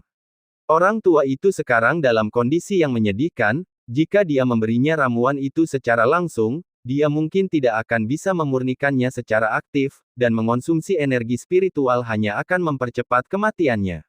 Asal dia bisa naik ke tubuh roh yang diperoleh, sekalipun dia tidak bisa menerobos dalam waktu singkat, paling tidak itu sudah cukup untuk memperpanjang hidupnya hingga 100 tahun.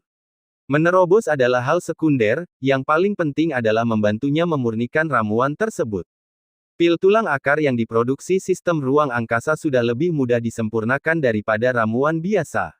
Dalam waktu singkat, di bawah bimbingan kekuatan spiritual leluhur, kekuatan obat telah diserap sepenuhnya oleh Gu Kuang. Leluhur, dapatkah kau memperkirakan berapa banyak lagi ramuan seperti itu yang dibutuhkan untuk naik ke tubuh roh yang diperoleh? Setelah melihat hasilnya, Gu Changge bertanya. Jika efeknya sama persis seperti sebelumnya, kira-kira, 12 lagi bisa mengangkat seseorang ke puncak tubuh fana. Namun, untuk melangkah lebih jauh dan mencapai tubuh roh yang diperoleh adalah bagian yang tersulit. Setelah merasakan sejenak, Gu Haitang memperhitungkan dan berbicara. Kesulitan sesungguhnya bukanlah mencapai puncak tubuh fana, melainkan menyeberang dari tubuh fana ke tubuh rohani. Saya punya cara untuk itu. 12 pil. Gu Changge tidak khawatir tentang ini, dia sudah tahu bahwa setiap kenaikan dari 99 menjadi 100 akan membutuhkan biaya 10 kali lipat. Dia membuat perhitungan mental yang cepat. 12 pil ramuan yang ditukar sebelumnya bernilai 24.000 poin atribut. Jika dia menambahkan pil lain untuk melewati penghalang tertinggi, itu akan menjadi 20.000 poin atribut lagi. Menurut perkiraan leluhur, dia perlu menghabiskan 44.000 poin atribut lagi untuk membantu lelaki tua itu mencapai tubuh roh yang diperoleh. Meskipun jumlahnya tidak sedikit dan bahkan melebihi total poin atribut yang telah dia belanjakan sejauh ini. Gu Changge tidak ragu-ragu. Dia langsung bertukar pikiran. Ditukar dengan pil tulang akar tingkat 3 plus 12 yang telah dikeluarkan ke ruang sistem. Total poin atribut yang dikonsumsi, 24.000. Poin atribut host yang tersisa, 45.460. Setelah bertukar, dia mengeluarkan kotak kayu lain dan menyerahkannya kepada leluhur. Saat sang leluhur membuka kotak kayu itu, pupil matanya tiba-tiba mengecil. Di dalam kotak, ramuan itu berbentuk bulat dan cerah, dengan 3 pola ramuan di atasnya. Khasiat yang melimpah darinya bahkan membuat jantung sang leluhur berdebar-debar, dia bisa merasakan ramuan itu bahkan mampu meningkatkan tulang akarnya sendiri. Ini sungguh luar biasa. Kenyataan bahwa ramuan ini dapat membantu Gu Kuang naik ke tubuh roh yang diperoleh bahkan lebih mengejutkan baginya. Dia secara alami juga memiliki tubuh roh yang diperoleh, tetapi itu sudah pada batasnya, tidak ada ruang untuk perbaikan. Namun ramuan ini membuatnya tampak memungkinkan untuk melangkah lebih jauh. Jika tulang akarnya dapat ditingkatkan, dia bahkan mungkin memiliki peluang untuk menerobos ke tingkat yang lebih tinggi, yakni alam raja sejati penyatuan bulan. Apakah kamu punya lebih banyak ramuan ini? Gu Haitang buru-buru menutup kotak kayu itu, takut kehilangan khasiatnya, lalu menatap tajam ke arah Gu Changge dan bertanya dengan serius. Ya, namun hal itu memerlukan waktu dan biaya tertentu. Jika leluhur membutuhkannya di masa depan, Changge juga bisa menyediakan ramuan itu. Gu Changge sudah memikirkan hal ini saat dia mengeluarkan ramuan hari ini. Jika dia ingin berkembang dengan cepat, hanya mengandalkan dirinya sendiri dan pasangan daoisnya saja tidaklah cukup. Namun, jika dia dapat melibatkan keluarga Gu untuk mendapatkan poin atribut untuknya, efisiensinya akan sangat mencengangkan. Dan dengan poin atribut yang besar, selain membantu dirinya dan pasangan daoisnya meningkat, dia bisa mengangkat klannya ke tingkat yang lebih tinggi. Agar sepenuhnya siap untuk perjalanan ke Central State di masa mendatang. Hanya dengan dirinya sendiri, bahkan jika dia bisa berdiri teguh di negara bagian tengah, itu jelas tidak sebaik jika seluruh keluarga Gu berdiri teguh di sana, paling tidak, jika lelaki tua itu berhasil menembus alam pemusnahan tingkat ke-9, dia bisa dianggap sebagai ahli tangguh di negara bagian tengah. Jika leluhur dapat naik satu tingkat lagi, dia bahkan akan terhitung sebagai salah satu kekuatan besar teratas di negara bagian tengah. Bab 169, Ramuan dari Teratai Emas. Terobosan sukses ke kelas 9. Ekspresi wajah Gu Haitang serius saat mereka saling bertatapan cukup lama. Cukup, yang terpenting sekarang adalah membantunya menerobos. Kita bisa membicarakan masalah ini nanti. Mengetahui bahwa anak muda ini saat ini hanya ingin menyelamatkan Gu Kuang, sang leluhur, meskipun gembira, tetap menahan perasaannya untuk sementara. Dari ramuan ini, ia melihat harapan untuk kemajuan lebih lanjut.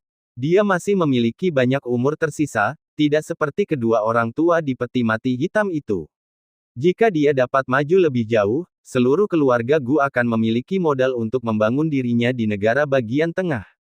Di atas tingkat 9, ada 3 alam, dan dia telah mencapai kesempurnaan di alam bijak. Di negara bagian tengah, ia dianggap sebagai kekuatan besar, yang memiliki modal untuk mendirikan sekte. Jika dia dapat maju lebih jauh, dia akan memenuhi syarat untuk mendirikan sekte kelas 2. Adapun untuk maju ke alam abadi tanah, dia sudah menjadi leluhur sekte kelas 1, bahkan tetua tertinggi tanah suci. Keluarga-keluarga paling berkuasa di negara bagian tengah hanya memiliki leluhur alam raja sejati penyatuan bulan yang memimpin mereka. Meskipun anak muda ini telah menyebutkan, hal itu akan memerlukan waktu dan biaya tertentu. Tetapi dia tidak kekurangan waktu dan tidak takut dengan biaya apapun. Di sampingnya, Gu Kuang, baru saja menyesuaikan kondisinya, merasakan kondisi internalnya, pil sebelumnya memang meningkatkan tulang akarnya, juga menyebabkan sejumlah vitalitas meledak dalam dirinya. Mendengarkan percakapan sang leluhur dengan cucu sulungnya, dia samar-samar merasakan bahwa itu tidak sederhana. Namun, saat dia mendongak, dia melihat leluhur yang lebih tua menyerahkan sebuah kotak kayu kepadanya dengan ekspresi serius. Karena hal itu sudah dimulai, tentu saja dia tidak menunjukkan rasa sopan santun. Mengambil kotak kayu dan membukanya, ramuan di dalamnya jelas 100 kali lebih kuat dari yang sebelumnya. Pupil mata Gu Kuang mengecil, barulah dia mengerti mengapa leluhur yang lebih tua bersikap serius, bertanya kepada cucu yang lebih tua apakah masih ada ramuan lagi. Dalam pandangannya, nilai ramuan ini bahkan sepadan dengan nyawa seorang ahli alam gerbang surgawi tingkat 8. Barangkali itu dapat meningkatkan tulang akar leluhur yang lebih tua, yang berarti ramuan ini dapat ditukar dengan tindakan seorang yang berkuasa di alam sage. Jangan khawatir, akan ada lebih banyak ramuan. Melihat lelaki tua itu ragu lagi, Gu Changge hanya bisa berbicara untuk meyakinkannya. Dengan perkataan cucu sulungnya, dia pun menjadi teguh hati, bertekad untuk menerobos ke alam pemusnahan tingkat 9, tidak akan mengecewakan ramuan dan niat baik cucu sulungnya. Dengan hati-hati dia mengambil pil yang sangat berharga itu, dan menelannya. Kekuatan obat yang agung menyebar dalam tubuhnya. Leluhur itu tidak berani menunda, memusatkan indera keilahiannya, ia mulai mengarahkan kekuatan obat dalam tubuhnya dengan energi spiritual untuk menutrisi tulang akar tubuhnya. Dia dapat merasakan dengan jelas, di bawah pengaruh kekuatan obat, seluruh saluran tulang akar Gu Kuang meningkat dengan cepat. Peningkatan tulang akar juga menyebabkan vitalitas baru meledak dalam tubuhnya. Bahkan jika dia tidak dapat menggunakan kesempatan ini untuk naik ke kelas 9, setidaknya tidak akan menjadi masalah untuk hidup 100 atau 80 tahun lagi dengan semakin dekatnya akhir masa hidupnya. Jika benar-benar memungkinkan untuk menciptakan tubuh roh yang diperoleh, memperpanjang hidup hingga 200 tahun adalah sesuatu yang benar-benar layak dilakukan. Kali ini, meski berlangsung agak lama, tetapi karena ramuan yang diberikan Gu Changge sangat luar biasa, jauh lebih baik daripada ramuan biasa untuk dimurnikan. Walaupun butuh waktu sedikit lebih lama, dalam waktu kurang dari setengah 2 jam, dia sudah menyerap semua kekuatan obat. Gu Kuang sekarang menutup matanya dan mulai mengoperasikan teknik kultivasinya secara mandiri. Dengan pasokan vitalitas yang sepenuhnya baru, dia tidak lagi dalam kondisi tidak bisa memanfaatkan energi spiritual. Tubuh fana pada puncaknya. Selanjutnya, mencoba menciptakan tubuh roh yang diperoleh, tidak akan mudah. Namun, meskipun demikian, meskipun berusaha untuk mencapai kelas 9 tampaknya tidak ada harapan, hal itu masih dapat memperpanjang hidup hingga 100 tahun. Apakah Anda yakin ingin melanjutkan? Leluhur itu memandang Gu Changge dan bertanya perlahan. Tentu saja, dengan mengambil kesempatan ini, tentu saja saya ingin naik ke kelas 9. Gu Changge mengangguk tanpa ragu. Saat Gu Kuang masih menjalankan teknik kultivasinya untuk beradaptasi dengan peningkatan yang dibawa oleh tulang akarnya, Gu Haitang tidak dapat menahan diri untuk tidak berbicara. Orang tua itu masih ingin bertanya, dari mana sebenarnya ramuan ini berasal. Awalnya, meskipun lelaki tua itu penasaran, dia tidak mau terlalu peduli dengan nasib dan harta si muda. Namun, mengingat situasi saat ini, jika ramuan ini benar-benar dapat terus diperoleh, itu akan menjadi peluang yang luar biasa bagi keluarga Gu kita. Tentu saja, pilihannya tetap di tanganmu.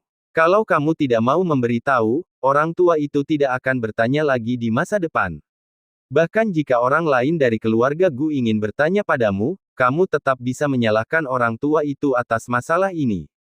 Dia benar-benar tidak bisa menahannya. Melihat generasi muda di depannya, Gu Haitang merasakan kegembiraan sekaligus kekhawatiran saat ini. Bersemangat karena dia melihat kemungkinan lebih jauh untuk kemajuan. Khawatir, apakah bertanya seperti ini akan menyebabkan anak muda tersebut merasa enggan. Tetapi karena Gu Changge telah mengungkapnya hari ini, tentu dia telah menyiapkan penjelasannya. Tidak ada yang tidak bisa dikatakan. Leluhur tua, tolong lihat. Saat Gu Changge mengangkat tangannya, dia mewujudkan teratai emas kelas 12 dari dalam laut Qi-nya, memegangnya di telapak tangannya. Kemampuan ilahi bawaan, orang tua ini sudah mengetahuinya. Tunggu, maksudmu, ramuan itu ada hubungannya dengan kemampuan ilahi bawaan ini? Gu Haitang secara naluriah menanggapi, tetapi kemudian tiba-tiba mengerutkan kening dan menatap teratai emas kelas 12. Tepat, teratai emas kelas 12 ini, selain membentuk perlindungan, juga dapat menyerap asal musuh saat mengalahkan musuh, dan memurnikannya menjadi ramuan. Secara spesifik, Changge sebenarnya tidak jelas tentang prinsipnya, tetapi ramuan itu memang datang dengan cara ini. Sambil berkata demikian, Gu Changge hanya menukarkan pil tulang akar kelas 1. Langsung dari ruang sistem, dengan pikiran, dia mengeluarkannya, membuatnya muncul di atas teratai emas kelas 12 di telapak tangannya.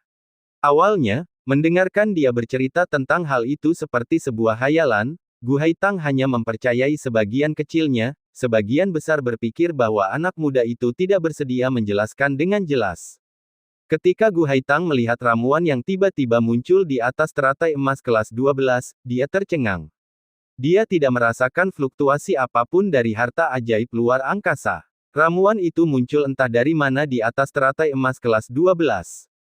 Tentu saja mustahil bagi Gu Changge, yang berada di tahap awal alam reruntuhan, untuk menipu mata seorang kultivator alam petapa seperti dirinya. Meski tampaknya mustahil, faktanya ada di depan matanya. Terlalu tidak masuk akal. Bahkan jika dilihat dengan mata kepalaku sendiri, orang tua ini merasa sulit untuk menerimanya. Ketika di negara bagian tengah, aku mendengar tentang seorang pendahulu dengan tubuh Dao yang diperoleh yang dapat mengubah kemampuan ilahi bawaan mereka menjadi kuali kecil untuk memurnikan pil. Tapi apa yang kau lakukan, secara langsung memurnikan ramuan dengan membunuh musuh dan menyerap asal-usul mereka adalah hal yang sangat menentang surga. Luar biasa, sungguh luar biasa. Leluhur keluarga Gu melangkah mendekat, mengitari Gu Changge. Melihat teratai emas yang tergantung di atas telapak tangannya dan ramuan yang tiba-tiba muncul di atasnya, dia sepenuhnya yakin. Dia tidak punya pilihan selain percaya, selain penjelasan Gu Changge dia tidak bisa memikirkan kemungkinan lain. Tapi kamu tidak pernah meninggalkan keluarga Gu, lalu ramuanmu sebelumnya. Gu Haitang tampaknya menyadari sesuatu yang tidak beres dan bergumam pada dirinya sendiri. Sebelum Gu Changge sempat menjelaskan, Gu Kuang yang baru saja terbangun, berbicara terlebih dahulu, apakah karena kau membunuh pangeran kelima dari keluarga kerajaan wilayah utara?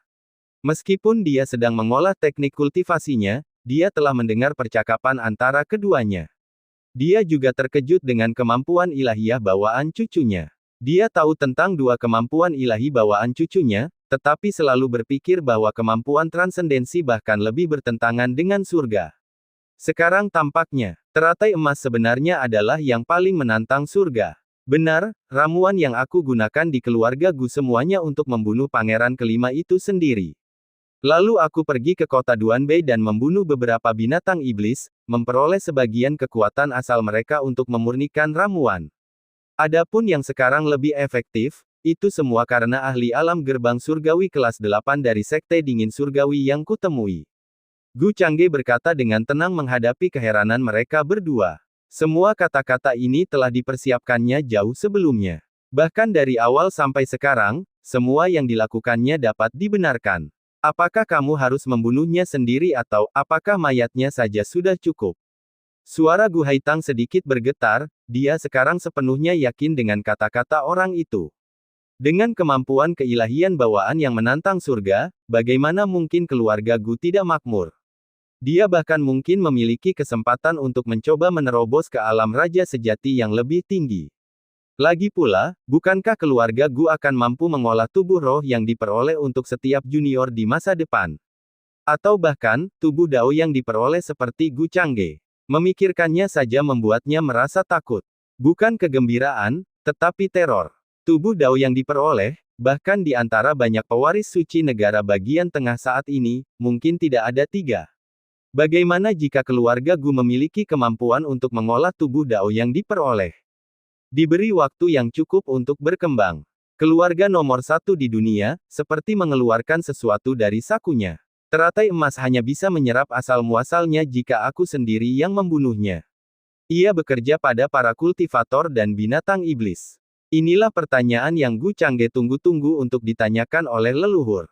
Selama dia bisa membuat leluhur mempercayai narasinya, keluarga Gu secara alami akan menemukan cara untuk mengumpulkan poin atribut untuknya di masa mendatang. Meski itu rekayasa, hasilnya tidak ada bedanya, itu hanya menyelamatkannya dari kebutuhan menjelaskan keberadaan sistem itu kepada leluhur.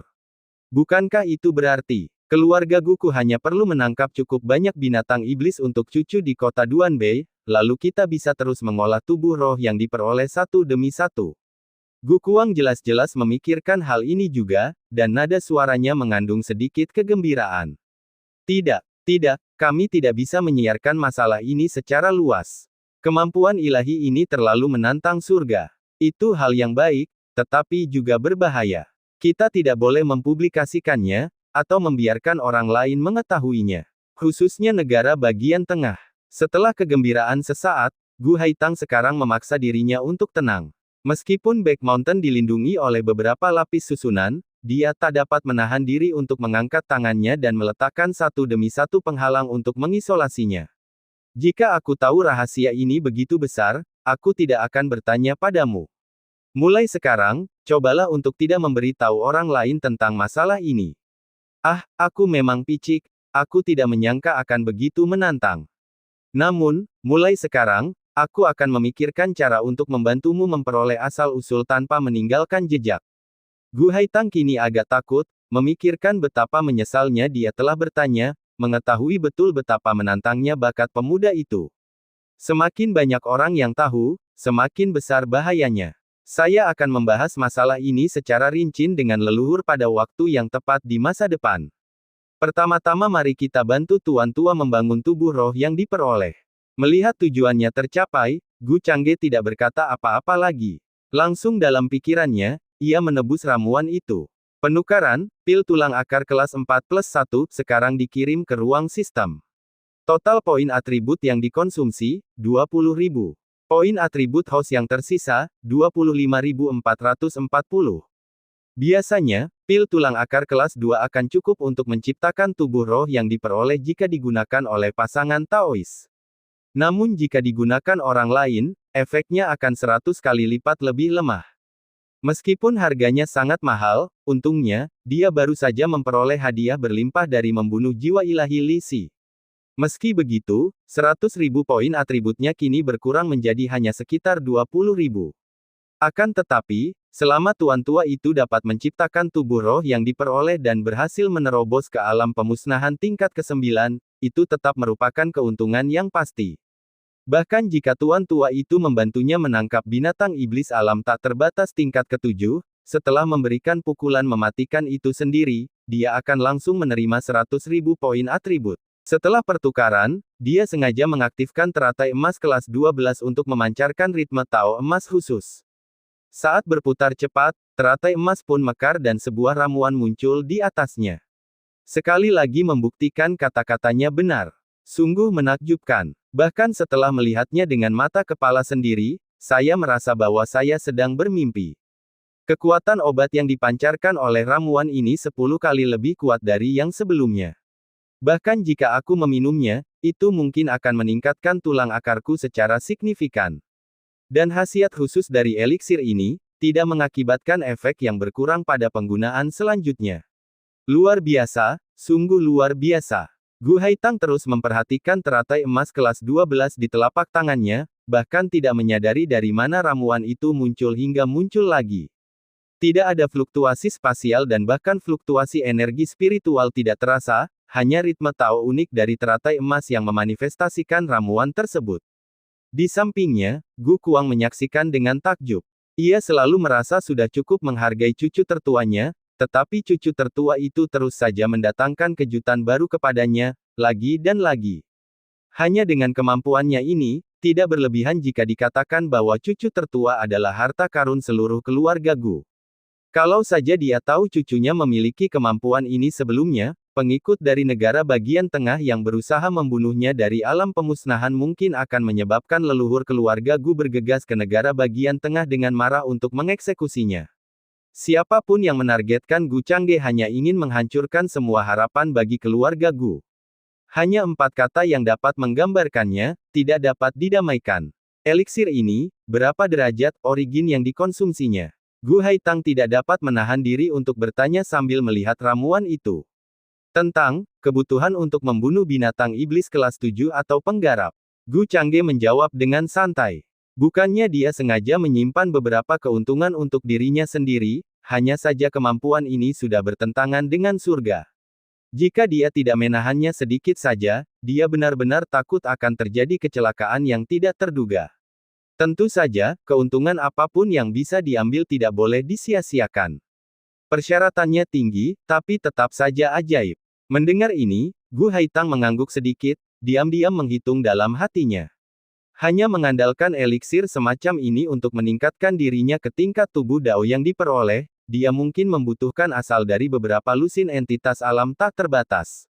Itu bukan jumlah yang kecil. Benar-benar berani menangkap puluhan binatang iblis alam tingkat ke-7 di luar kota Duanbei, seorang raja iblis alam tingkat 9 tidak akan tinggal diam, dan mungkin saja memancing kemunculan sesuatu yang berada di atas alam tingkat ke-9 di antara binatang iblis.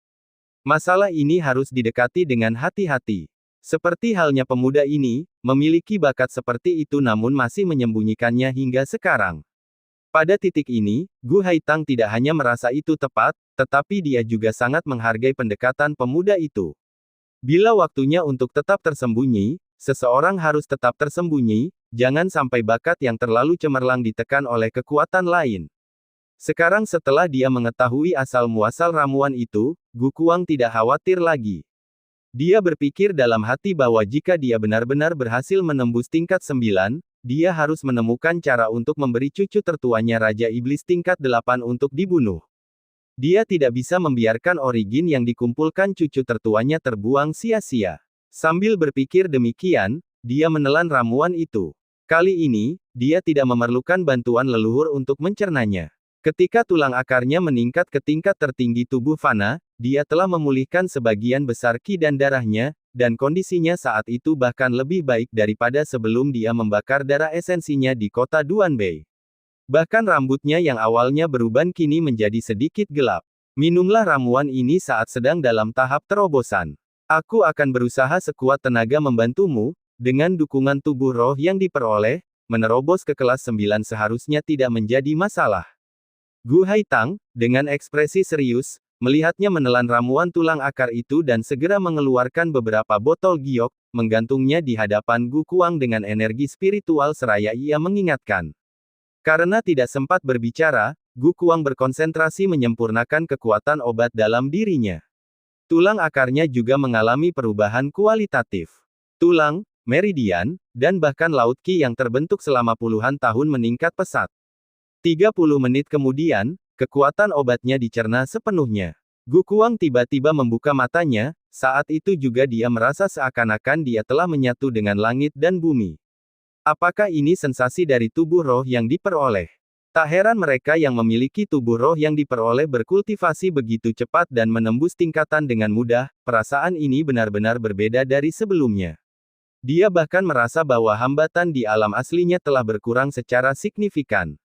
Tanpa memberinya waktu untuk berpikir lebih jauh, dia langsung mengambil botol giok di depannya dan menelan ramuan di dalamnya, gelombang besar energi spiritual muncul di laut ki-nya. Sepertinya, lelaki tua itu tidak perlu bertindak. Sambil menyipitkan matanya saat mengamati kondisinya, Gu Haitang tersenyum kecil.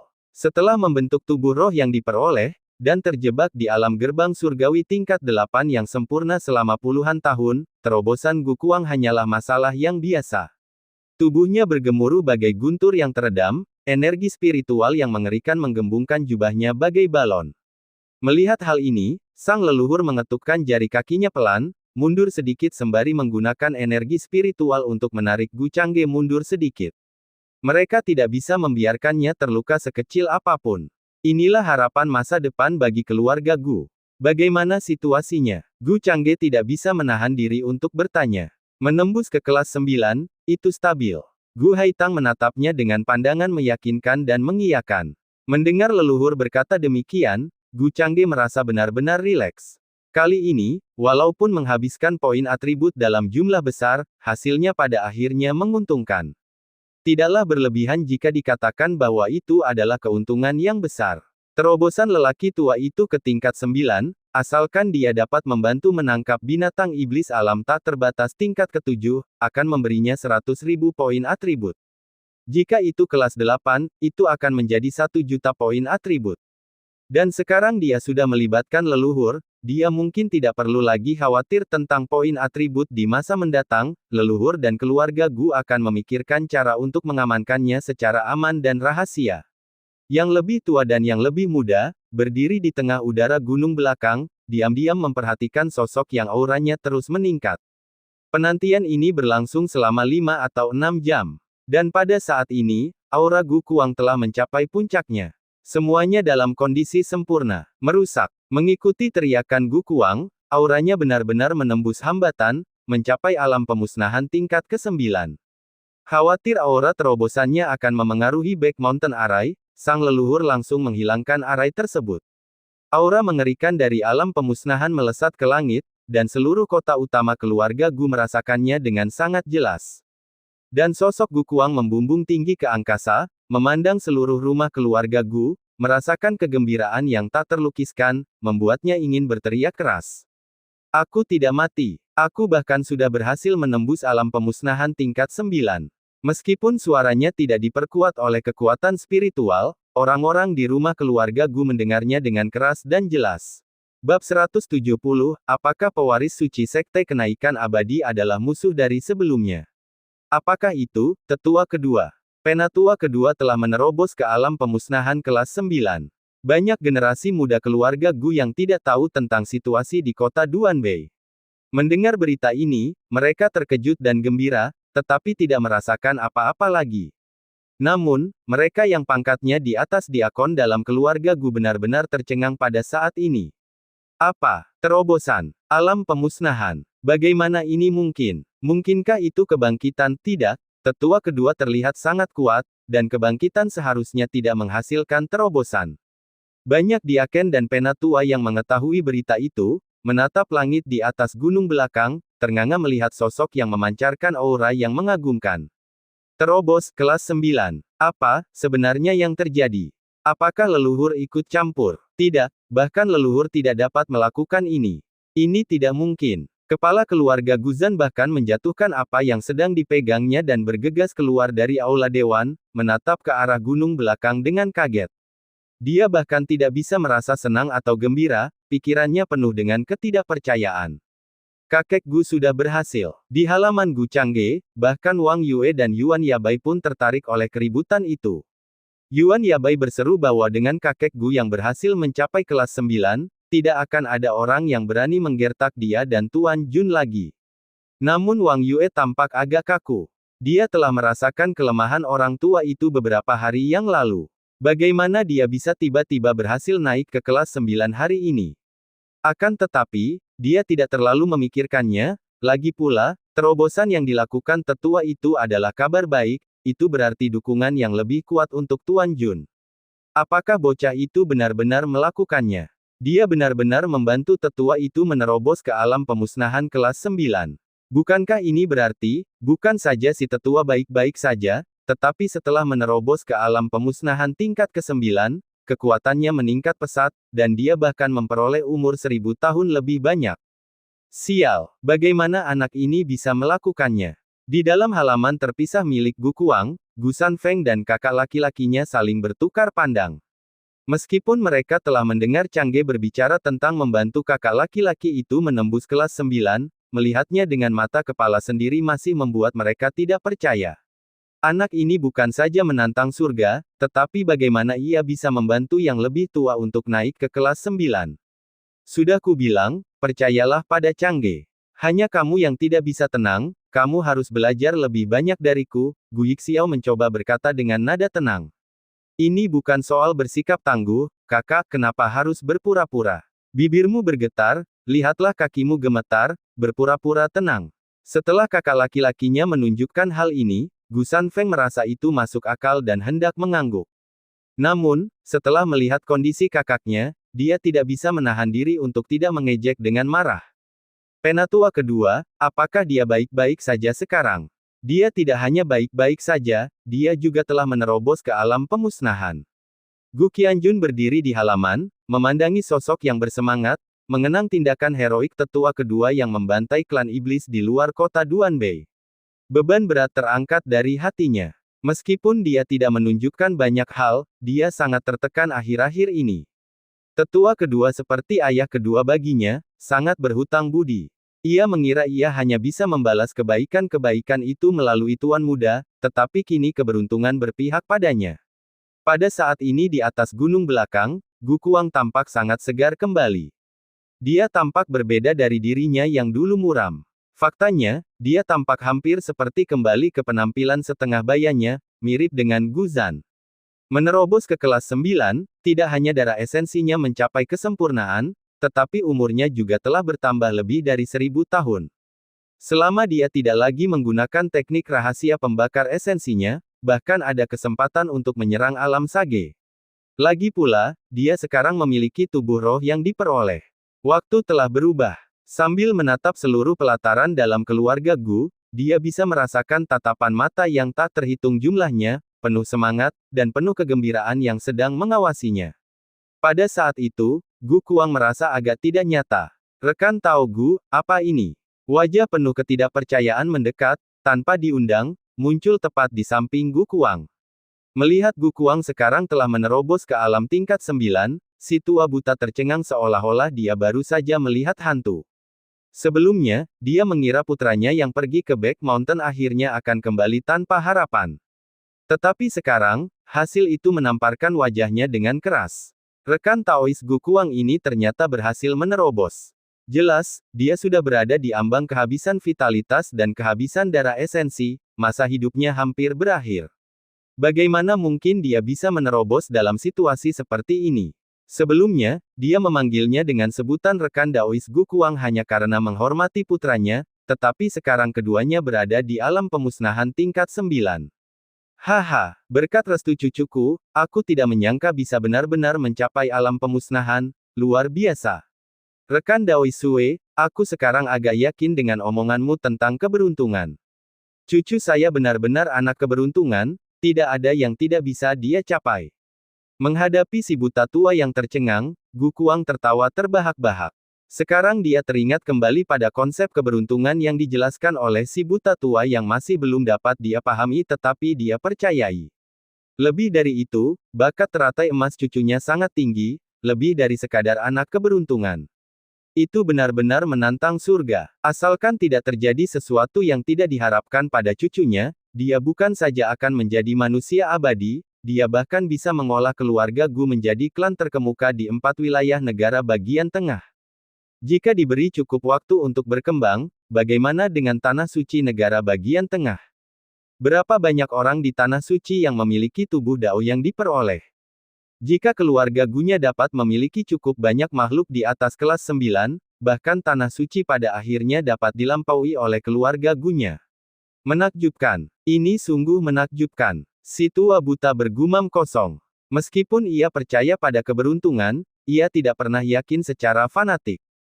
Tapi sekarang, kejutan berulang yang dibawa oleh tuan muda memaksanya untuk percaya bahwa penilaiannya sepenuhnya benar. Jalan yang ditempuhnya sudah pasti benar.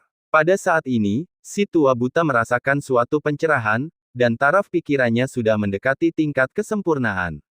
Dia bahkan merasa seakan-akan dia samar-samar telah menyentuh hambatan alam petapa penggambar bintang. Sayangnya, sekarang di domain utara, tanpa kemampuan untuk merasakan kekuatan bintang di luar surga, dia mungkin dapat mencoba mengendalikan tubuhnya dengan kekuatan bintang dan beralih ke alam sage. Setelah melampiaskan perasaannya, Gu Kuang dengan hati gembira, perlahan-lahan turun ke gunung belakang. Si tua buta ragu-ragu sejenak, lalu memutuskan untuk mengikutinya. Jika leluhur keluarga Gu menghentikannya, tidak akan terlambat untuk mundur. Lagi pula, dia pernah bertemu dengan leluhur keluarga Gu sebelumnya.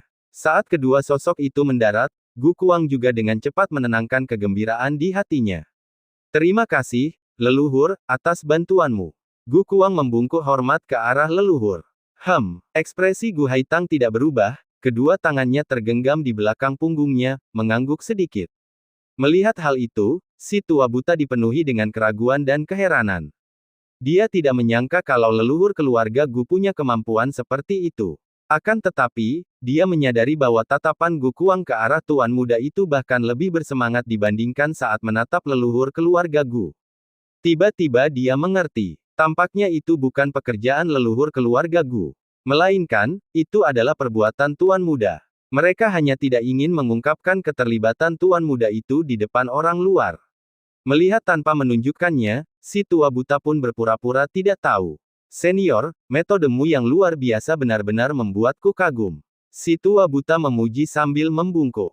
Sekarang sudah terselesaikan. Saya juga agak lelah, semuanya silakan pergi. Gu Haitang melambaikan tangannya dan berjalan langsung ke tepi danau, duduk seolah-olah tidak ada orang lain di sekitarnya, dan mengambil pancing di sampingnya untuk melanjutkan memancing. Setelah ketiganya membungkuk, mereka meninggalkan gunung belakang dan menuju ke rumah di kaki gunung.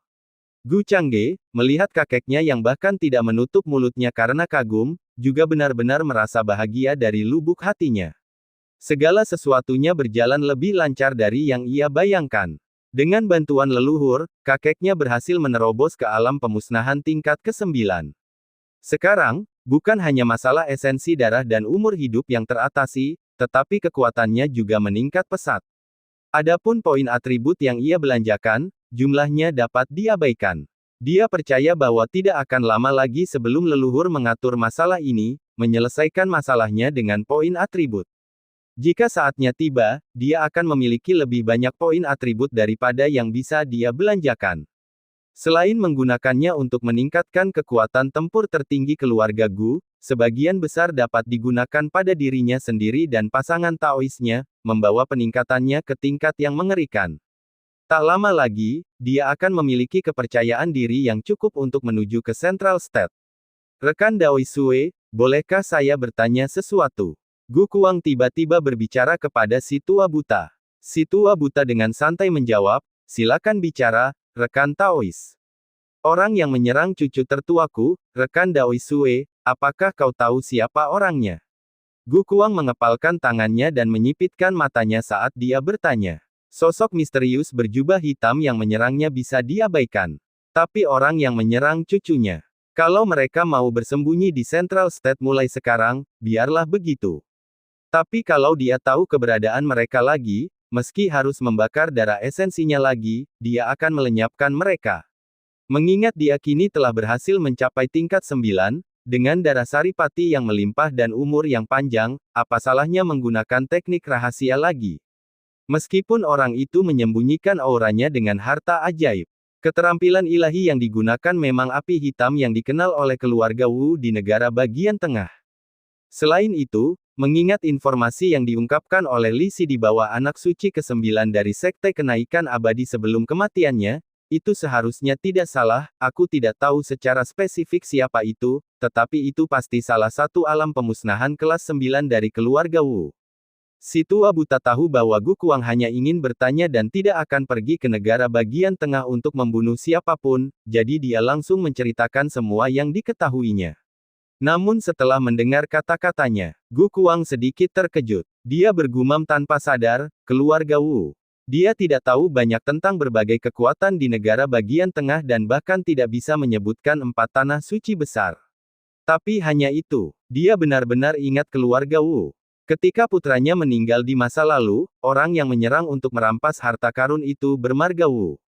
Di daerah luar kota Duanbei, dia mengejarnya selama beberapa bulan, pada akhirnya tidak dapat menemukan keberadaannya, kemungkinan dibunuh oleh setan besar karena musuhnya hanya berada di alam reruntuhan kelas 5 saat itu.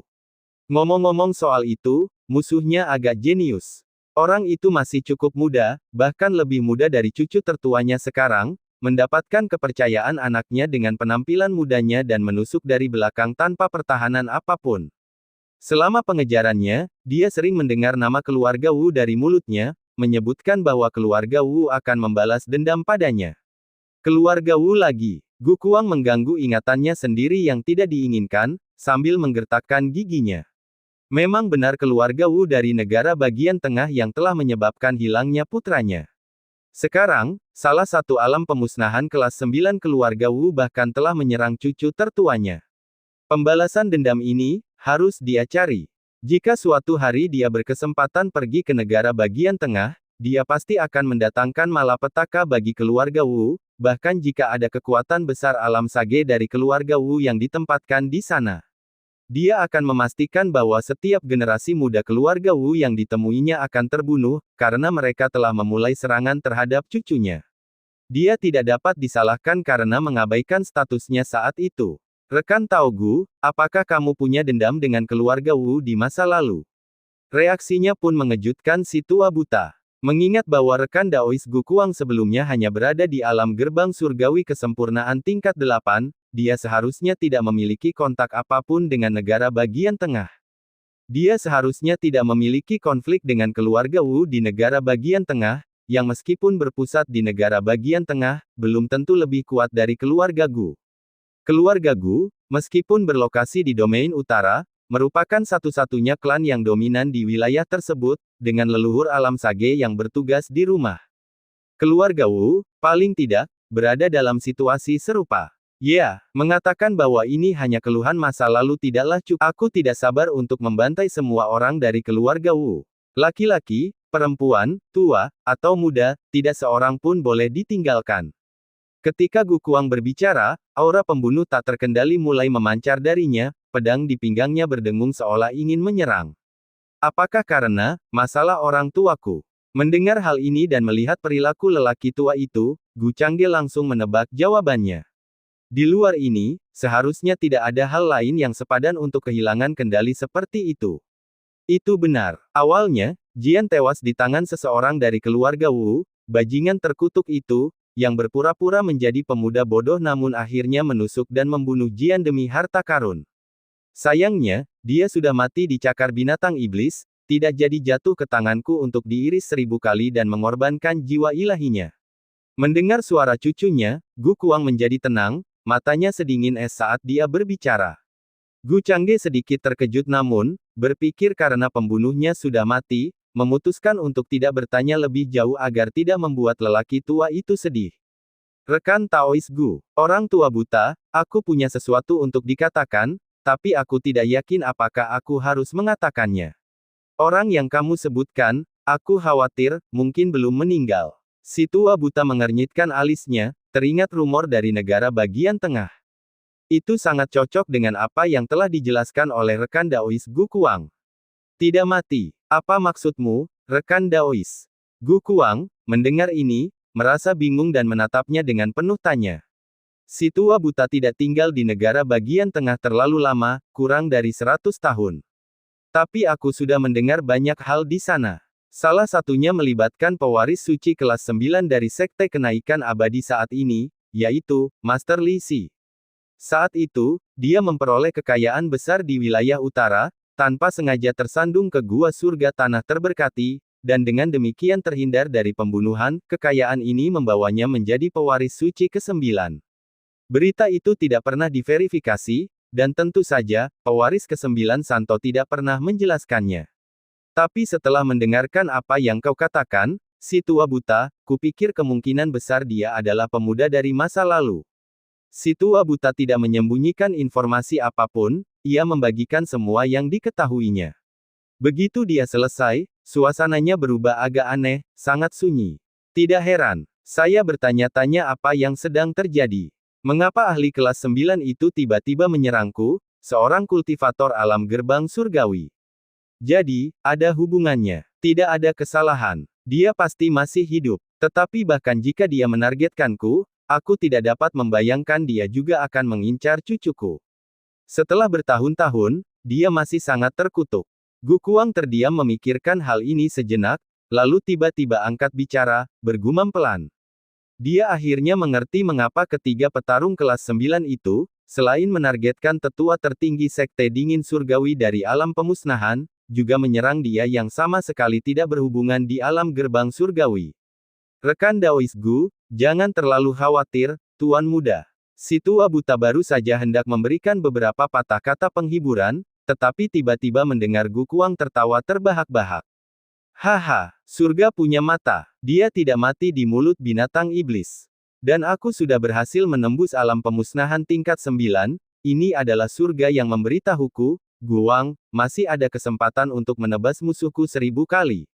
Kesempatan itu masih ada, dan dendam Jian masih bisa terbalaskan, aku sendiri bisa mengiris mereka 1000 kali. Suaranya hampir terdengar menggila, menyebabkan si tua buta takut bahwa dia mungkin tiba-tiba menuju ke negara bagian tengah untuk mencari sang pewaris suci. Rekan Taois Gu, kamu benar-benar tidak mampu menerobos masuk ke tanah suci negara bagian tengah. Sekalipun kau sudah berhasil mencapai tingkat 9, sekalipun kau menjadi petapa penggambar bintang atau raja sejati penyatuan bulan, kau tetap tidak boleh melakukannya. Tidak punya pilihan selain segera mengingatkannya tentang bahaya tanah suci di negara bagian tengah. Aku tidak bodoh. Benar saja, dia telah menjadi pewaris suci, yang berada di atas, dengan santai memimpin kekuatan dari alam pemusnahan untuk menyerang pasukan kita di wilayah utara. Tapi, cucuku juga tidak buruk. Seperti yang kau katakan, rekan Daois, selama cucuku mencapai negara bagian tengah, dia pasti akan menjadi pewaris suci. Gu Kuang menatap si tua buta dengan serius. Melihat lelaki tua buta itu mengangguk. Dia lalu menyeringai dan berkata, kalau begitu sudah beres. Balas dendam ini, cepat atau lambat, akan terbalaskan, dan kita akan melunasi dendam lama dan baru saat itu. Setelah mendengar semuanya, Gu Changge akhirnya kembali tenang. Dia tidak menduga akan terjadi kerumitan seperti itu. Yakinlah, entah itu masa lalu atau kali ini, dia pantas mati. Karena itu, dia menatap kakeknya, ekspresinya tegas. Sekalipun dia tidak tahu tentang masa lalu, tindakan seorang alam pemusnahan kelas 9 yang mencoba merebut istrinya dan melakukan percobaan pembunuhan padanya sudah merupakan balas dendam yang mematikan. Apalagi semua kejadian di masa lalu, pewaris suci ke-9 dari Sekte Kenaikan Abadi itu sudah tidak bisa ditebus lagi. Kamu baru saja berhasil, jadi lebih baik mundur dulu dan mengintegrasikan apa yang sudah kamu peroleh untuk sementara waktu. Saya juga harus melakukan perjalanan kembali untuk menghindari kekhawatiran mereka. Mendengar cucunya berkata demikian, Gu Kuang lalu teringat, karena cucunya telah kembali dan menemuinya langsung, kemungkinan besar dia belum kembali ke tempat tinggalnya sendiri. Jadi dia berulang kali mendesak cucunya untuk mengurusi urusannya. Sementara dia tinggal sementara di pelataran kecil di kaki gunung, baru saja menerobos ke alam pemusnahan tingkat ke-9, dia masih mempunyai beberapa pertanyaan yang ingin dia tanyakan kepada rekan Daois Sue. Melihat bahwa bahkan setelah mengetahui bahwa pewaris suci ke-9 dari Sekte Kenaikan Abadi adalah musuh masa lalunya, dia tidak kehilangan akal sehatnya, Gu Changge akhirnya merasa lega dan pergi. Rekan Taois Gu berhasil tetap tenang, sungguh mengejutkan bagi si tua buta. Si tua buta membungkuk dan memperhatikan kepergian Tuan Muda, lalu tak dapat menahan diri untuk bicara. Tenang, aku ingin sekali mengulitinya dan menggerogoti tulangnya sekarang juga. Tetapi, aku tidak boleh menimbulkan masalah bagi cucuku. Cucuku sudah cukup khawatir padaku. Gu Kuang menggelengkan kepalanya, jika bukan karena cucunya, dia mungkin benar-benar tidak akan mampu menahan diri, dia akan langsung menuju ke negara bagian tengah, mencari peluang, dan jika dia tidak dapat menemukannya, dia akan menyerang orang-orang keluarga Wu dalam ekspedisi biasa. Dia akan memaksa mereka keluar, membunuh mereka jika bisa, dan jika tidak, setidaknya menggigit selapis kulit mereka. Tidak peduli apapun, prestasi masa depan Tuan Muda pasti akan jauh melampaui pewaris suci ke-9 dari Sekte Kenaikan Abadi itu. Rekan Daois, tunggu saja dengan sabar, dan kamu akhirnya akan melihatnya diinjak-injak di bawah kaki Tuan Muda. Si tua buta terdiam sejenak, lalu terkekeh pelan.